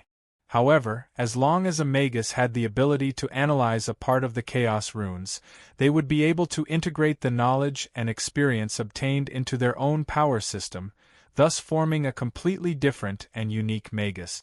Although there were many magi created new magi every year, these magi that integrated the power of the chaos runes were undoubtedly powerful and had shocking effects. There were even quite a few magi who, because of a certain powerful spell, founded a new school of magi. Grimm had been a magus for 11 years, but the number of runes he had collected so far was only 327. Without exception, they were the most commonly used runes. To him, the mutated and rare runes he had collected from the Knight's Plane might not have gone through countless generations of evolution and modification like the runes in the magus world. If he could study them thoroughly, he might be able to analyze a part of the world's laws. The AI chip had sorted out the 35 mutated runes and 16 rare runes and divided them into 6 main branches: earth, fire, water, wind, light, and dark.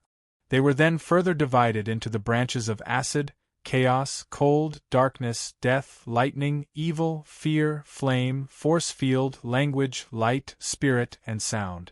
If he were to study all of these runes, the AI chip had given him a time span of 67 years.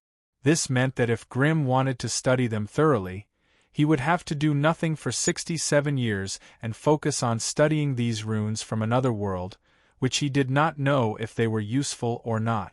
With such a long investment, if he could not integrate the runes he analyzed into his own abilities, it would be a huge blow to any magus.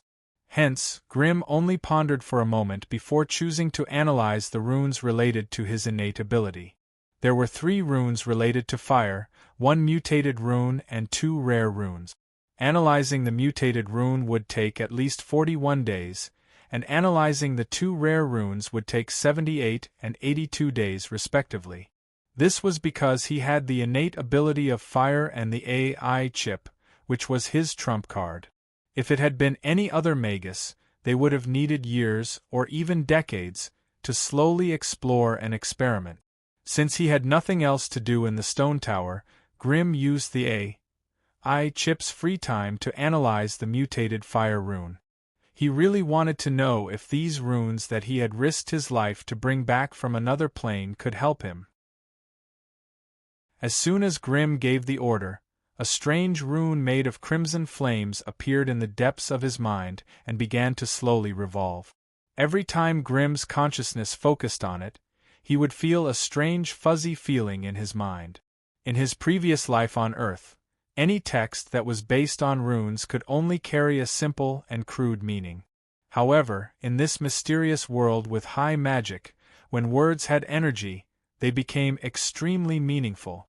Apart from using complicated runes to carry information, they could also use the strange distribution and changes of energy to reveal information hidden by the world. For example, the mutated fire rune that floated in Grimm's mind was obviously just some strange twisted lines that he had drawn based on the runes of another world.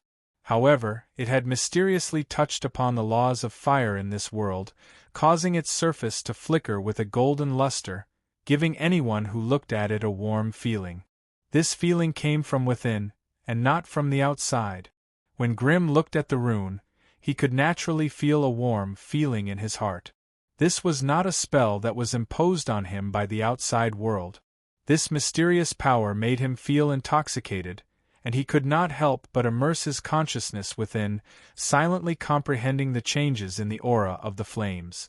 As he used the power of his spirit to slowly experience it, the AI chip projected a strong blue light onto the mutated fire rune, analyzing it in detail, calculating and summarizing every single change within it. However, at this moment, the stone tower's defensive spell formation continuously sent him warning signals through a special frequency. Chapter 454. Grim almost couldn't recognize Mary the first time he saw her. 10 years of expeditions in foreign plains had caused Mary's appearance and temperament to change drastically. Her skin was still so fair, her face was still so exquisite, and her blood-red eyes were still so bloody red. However, this beautiful girl who was once incomparably beautiful had now become a cold-blooded and decisive leader. Every move she made carried a trace of a domineering aura that allowed no one to question it. The whole wizard hall was filled with apprentices who had rushed over after hearing the news. Although they knew that the intruder was a terrifying wizard, they were still fearless. They held magic wands in their hands, scrolls on their waists, and bottles of resistance potion down their throat. They cooperated with each other and occupied all the advantageous positions in the room. They stared fiercely at the beautiful intruder like wolves. The fact that Lord Fire Demon was presiding over the pagoda undoubtedly gave them boundless courage to fight. If Sabrina hadn't stopped them, some of the apprentices might have been unable to hold back their desire for fresh blood and started to attack. "May I know where you're from? Why did you break into the Cerubo family's property?" Although she was a little scared, Sabrina still put on the posture of a deacon apprentice and stopped this mysterious female wizard, who knew that before the intruder could speak, Grim's voice was already heard. "Everyone, put away your things." Grim appeared at the spiral staircase. "Let me introduce you. This is the famous wizard Mary of our Cerubo family." "Wizard Mary? Bloody witch?" All the apprentices present opened their mouths wide in shock. They stared at this wizard Mary, who did not look like a peerless demon no matter how they looked at her. All the apprentices of the Cerubo family had long heard of her fierce name. She was a combat wizard who grew up with Wizard Grim and had a powerful talent for vampirism.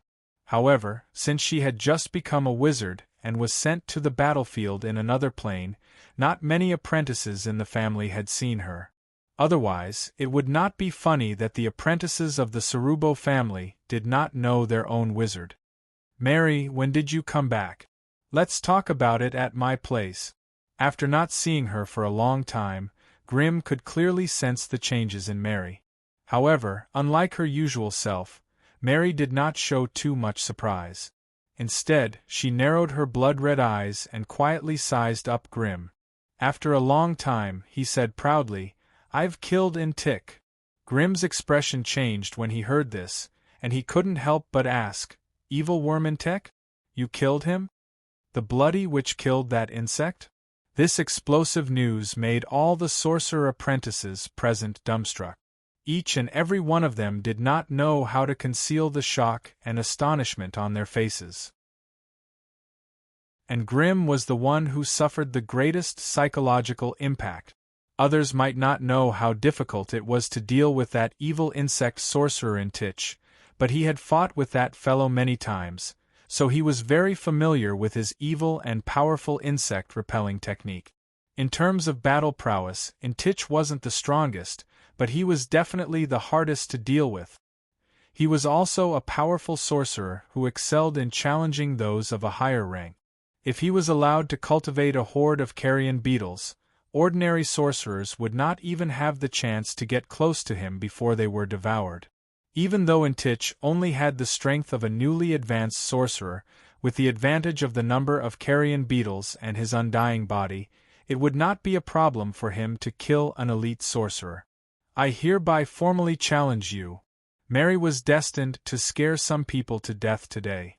She opened her mouth and threw out another heavy bomb. "Follow me." After saying this, a blood-red mist spread out from Mary's back.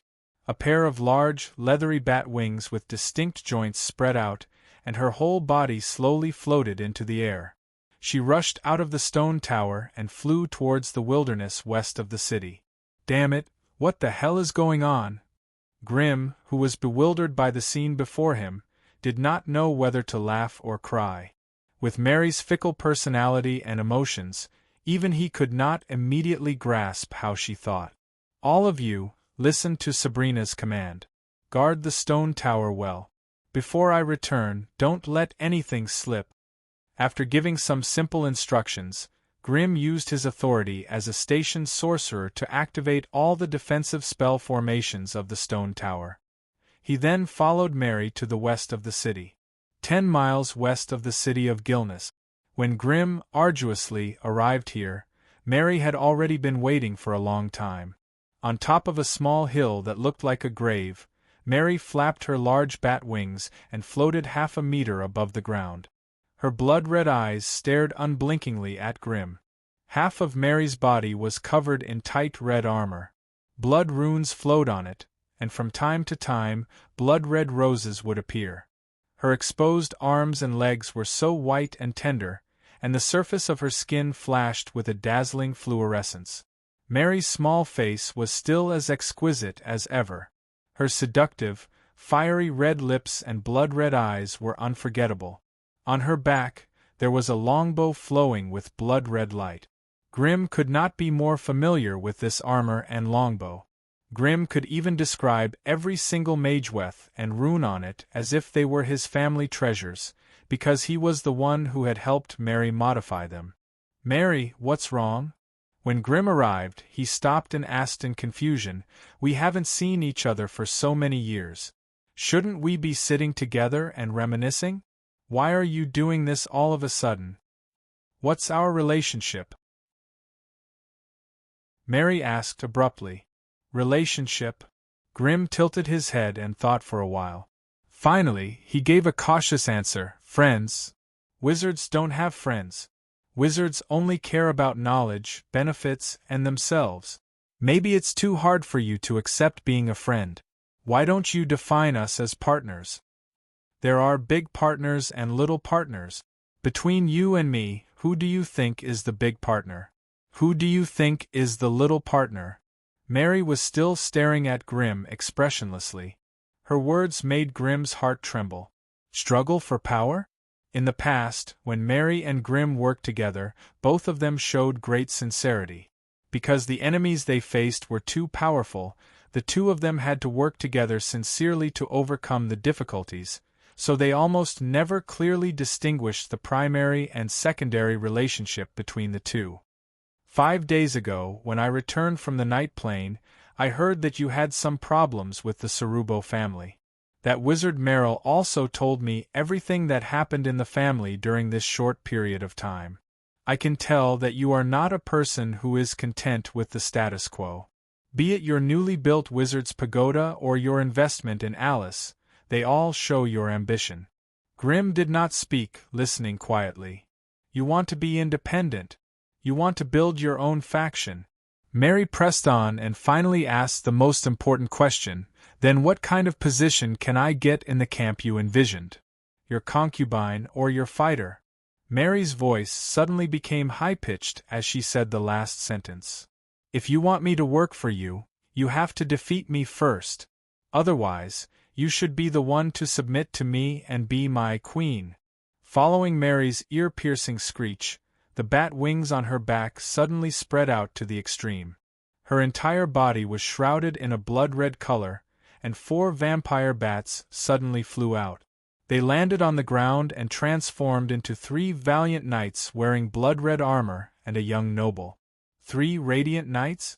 Grim could see through the identity of the 3 blood knights with a glance, and could not help but be secretly shocked by Mary's strength. If she didn't do this, the stronger Mary was, the happier Grim would be. But now, the stronger Mary was, the more Grim could not help but feel a headache coming on. F***ck, if he did not have some strength, it would be wishful thinking to want to subdue an unruly female wizard. Especially with Mary's competitive personality, if he wanted her to become his woman, He would have to beat her to the point that she would be convinced of his superiority. Seeing Mary's strength, Grim knew that this was not the time for him to be afraid. Even though it was strange to fight someone on his own side, it would be worth it if he could make Mary completely attached to him. After understanding all this, Grim abandoned the wild thoughts that he should not have, and finally showed his true strength. He casually took out a sparkling magic puppet crystal core from his waist pouch and threw it in the air. Grim laughed coldly as he quickly expanded. Turbulent elemental flames gushed out from his body, instantly turning him into a flaming man covered in dazzling flames. The ground under his feet quickly softened and melted under the extremely high temperature. Soon, it condensed into a pool of boiling magma. The fiery red lava flowed up Grim's legs, and everywhere it passed, the flaming man was covered in a thick layer of lava armor. Dark red lava, crimson lava, and terrifying flames mixed together, forming a 4-meter-tall Balrog body for Grim. Asterisk whoosh whoosh whoosh. Asterisk up to 7 flaming shields condensed in the air and began to rapidly revolve around the Balrog body. Each shield was 1 meter wide and 2 meters tall, and they were completely formed by red and yellow flames. Asterisk clang, asterisk a loud and resounding sound rang out. 2 wide lava shields formed from flames and lava quickly formed in front and behind the Balrog body. Finally, an egg-shaped light red barrier shot out from Grim's body, instantly covering an area of 100 meters. All the grass within the range of the flame barrier began to spontaneously combust. Chapter 455. Shocking. Super shocking. Witnessing Grim transform from a body of flesh and blood into a terrifying monster made of lava and flames at such a close distance, it was hard to suppress the shock from the depths of one's soul. However, the most eye-catching thing was not the tall flame demon that Grim had transformed into, but the terrifying wind dragon that was summoned by the demon puppet crystal core. It was a strange giant dragon that was 19 meters long and had a wingspan of 10 meters. Its body was neither real nor incorporeal, and it was covered in a layer of translucent green scales. It looked incorporeal, but it gave off a strange feeling of toughness and impenetrability. Through the dense scales, one could see that the wind dragon's flesh and bones were not real, but a mass of fast-moving wind vortexes and air vortexes. Its lean and angular body was covered in terrifying sharp bone spikes from the top of its head to the tip of its tail, flickering with a frightening cold light. The light green dragon's head was wild and fierce, and its eyes were shining brightly. When it opened and closed its huge mouth, a small thunderstorm could be vaguely seen in its throat. The wind dragon had a huge pair of wind wings on its back, a pair of slightly short and slender forelimbs, and a pair of thick and powerful hind limbs. The dragon's claws were strong and powerful, and its claws were sharp and powerful. Unlike the flame demon that Grim had transformed into, the wind dragon was condensed directly from the void. When a huge amount of wind elements gathered crazily in a narrow area, the terrifying feeling of the elements being instantly out of balance made one's heart palpitate. Carried by the wind dragon, Grim, who had transformed into a tall flame demon, was like a small sun rising in the sky. Endless flames and terrifying streams of flames blew across the land, and the temperature of the entire area began to rise, giving people a terrifying feeling as if they were suddenly in a lava volcano. The 3 Blood Knights were in a better situation. Their blood energy overflowed and formed a blood-red light barrier around their bodies, resisting the corrosion of the high temperature and flames. However, the weak Winlier could not do this. He could only scream strangely as he transformed into a vampire bat and frantically escaped from the fire barrier. With his flying speed after transforming, it only took him 3 to 5 seconds to escape 100 meters away. However, even in such a short time, when he screamed and escaped, the surface of his body was already scorched, and there were even a few scattered clusters of flames on his body. The blood-colored mist exploded. Venlier instantly reverted to his human form. He frantically flapped his body and even rolled on the ground, trying to extinguish the flames with the soil.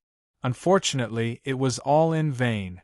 These flames seemed to be burning his flesh and blood as fuel. A heart-wrenching pain caused him to involuntarily raise his head and let out a shrill scream. Sizzle sizzle, enduring the excruciating pain caused by the rapid burning of his flesh and blood, Wendler forced out the remaining blood energy in his body and tightly covered the parts of his body that were ignited. Finally, with the advantage of the amount of bloody energy, he managed to destroy the flame energy that invaded his body. When the last spark of fire was extinguished, Venlier finally heaved a sigh of relief and collapsed to the ground. Raising his head to look at the majestic flaming figure on top of the wind dragon, Wendler felt a sense of awe. Once again, he felt the terror of a powerful wizard. Grimm did not care about a small fry like Venlier at all. Since the other party's strength wasn't much, there must be something special about him. It was not a battle of life and death, so there was no need to kill this guy. Therefore, Grimm did not attack him from afar. At this moment, most of his attention was on Mary, who was licking her fiery red lips. Facing Grimm's powerful entrance, Mary did not show the slightest bit of surprise or fear. Instead, she was unusually excited and eager to fight. Go! Under her command, the 3 Blood Knights, led by Soros, maintained their strange half-human, half-bat form. They flapped their leathery bat wings and pounced on Grimm from different angles. As the distance between them and Grimm continued to shorten, the damage they received from the flames on their bodies increased rapidly. Sizzle, sizzle, sizzle. The bloody energy and the elemental flames collided and destroyed each other. The thick blood mist became thinner in the blink of an eye. Half-moon slash, leap slash, cross-charge. Before they could even get close, the 3 berserk knights of different shapes and sizes struck Grimm's lava shield from afar. Puff, puff, puff. 3 muffled sounds rang out. Broken rocks and sparks flew everywhere. 3 deep sword marks appeared on the half-meter-thick lava shield. Grimm's brows twitched as he faced the attacks of the 3 Scarlet Knights. As expected of the Radiant Knights, who were once renowned in the Night Plane, their close and mid-range combat techniques were indeed sharp enough. Just now, the deepest slash had almost sliced the lava shield in half, causing Grimm to lose his most powerful defense with both physical and magical resistance. Grimm retaliated with 3 lava fireballs without hesitation. The sudden explosion of flame shockwaves and lava rain immediately threw the 3 Scarlet Knights into chaos. They only managed to dodge the core of the explosion by relying on the high-speed movement of their bat wings. But even so, their bodies and wings were burned by the lava rain. They had no choice but to escape from Grimm's attack range and use the crimson energy to heal their wounds. This was also a headache for all of Grimm's enemies. The existence of the flame barrier made it extremely painful for anyone to fight against Grimm in a battle of attrition. The elemental flames constantly burned them, making it impossible for them to stay close to Grimm and fight him. Every time they completed a round of fierce attacks, they would have to temporarily retreat far away to avoid the horrifying effects of the high temperature and flames on their bodies. This way, the rhythm of their attacks would be disrupted. All of their attacks were too short and could not achieve their goal of maximizing their damage. Facing an elemental wizard like Grimm, the Scarlet Knights first had to break through the densely packed elemental shield and energy defense around his body. Then, they had to find a way to break through the thick lava armor. This was the only way to truly harm Grimm's elemental body. During this process, they had to endure Grimm's ferocious and violent fire element magi. If they gave up halfway, by the time they ran out of the flame barrier and recovered their bodies, Grimm would have already repaired the damaged elemental shield. Therefore, without a fierce and sharp attack to break through Grimm's external shield and defense, it would be extremely difficult to hurt him. Moreover, Grimm was not fighting alone at this moment. The wind dragon he was riding was the nemesis of all flying creatures. Apart from the flying monsters known as the Children of the Sky, any creature would hate their clumsiness and sluggishness when facing a wind dragon. He could only watch in a daze as his opponent moved around him, moving left and right, nimbly like a fish in the water. Compared to the Scarlet Knights, the wind dragon was like a part of the air. There was no way to chase after it when it flew. With such a huge and imposing body, it could actually make all sorts of unimaginable flying movements. People could not help but doubt their own eyes. With such a nimble body, Grimm boldly turned into the world's most terrifying firepower cannon. Lava fireballs with long tails of black smoke flew at the Scarlet Knights from different angles, causing them to cover their heads and flee like rats. They could no longer form a pincer attack. There was nothing they could do. In the air, the wind dragon's advantage in speed was too obvious. It was simply crushing the three Scarlet Knights. No matter how sharp and fierce the Scarlet Knights' attacks were, they were all useless if they could not catch up to the wind dragon.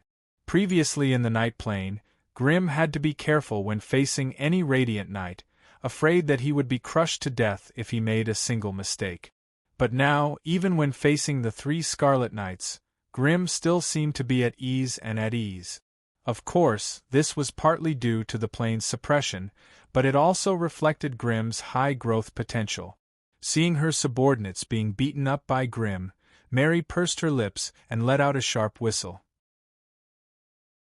She flapped her wings, leaving behind a series of afterimages. Her entire body suddenly turned into a red shadow and suddenly charged into the battlefield. Grimm, who was controlling the wind dragon to chase after the Scarlet Knights, immediately knew something was wrong when he heard Mary's sharp whistle. He desperately urged the wind dragon to dodge. However, just as the wind dragon carried Grimm 3 meters away, the lava shield in front of Grimm was shattered by a series of blood shadow attacks. Mary, who had just received feedback from the plane, had already surpassed the level of an experienced magus. She had reached the level of an elite magus. Her 16 points of agility made it almost impossible for normal magi to catch up to her quick movements. Her strength, which was originally her weakness, had become abnormally sharp with the help of her high agility. Taking advantage of the moment she brushed past Grimm, Mary swung her claws 7 times in one go and successfully destroyed Grimm's lava shield. Although Grimm still had a dense fire shield around him, it was more focused on defending against elemental attacks. It was much weaker in terms of physical defense compared to the lava shield. Grimm, who was drenched in cold sweat, quickly moved the lava shield in front of him, temporarily blocking some of the vital parts of his body. Although the Balrog's body of elemental transformation no longer had a fatal attack, if a few vital points were attacked, the efficiency of elemental circulation would be greatly reduced. This would unknowingly lower Grimm's combat ability. Mary, who had succeeded in one attack, flapped her wings and flew away, gently shaking off the lava on her hand. Her originally fair and tender right hand was now as black as charcoal, the surface of the skin completely carbonized. Following a cold snort, Mary's right hand began to move. The severely carbonized skin that had lost its vitality began to peel off, revealing the red flesh underneath that was rapidly recovering. Both sides crossed each other in the air, looking at each other with surprise and vigilance. Obviously, the opponent's combat ability had far exceeded their expectations. You're tuning in to the Phoenix Knights YouTube channel. Don't forget to subscribe and join us on this journey to catch the most captivating stories.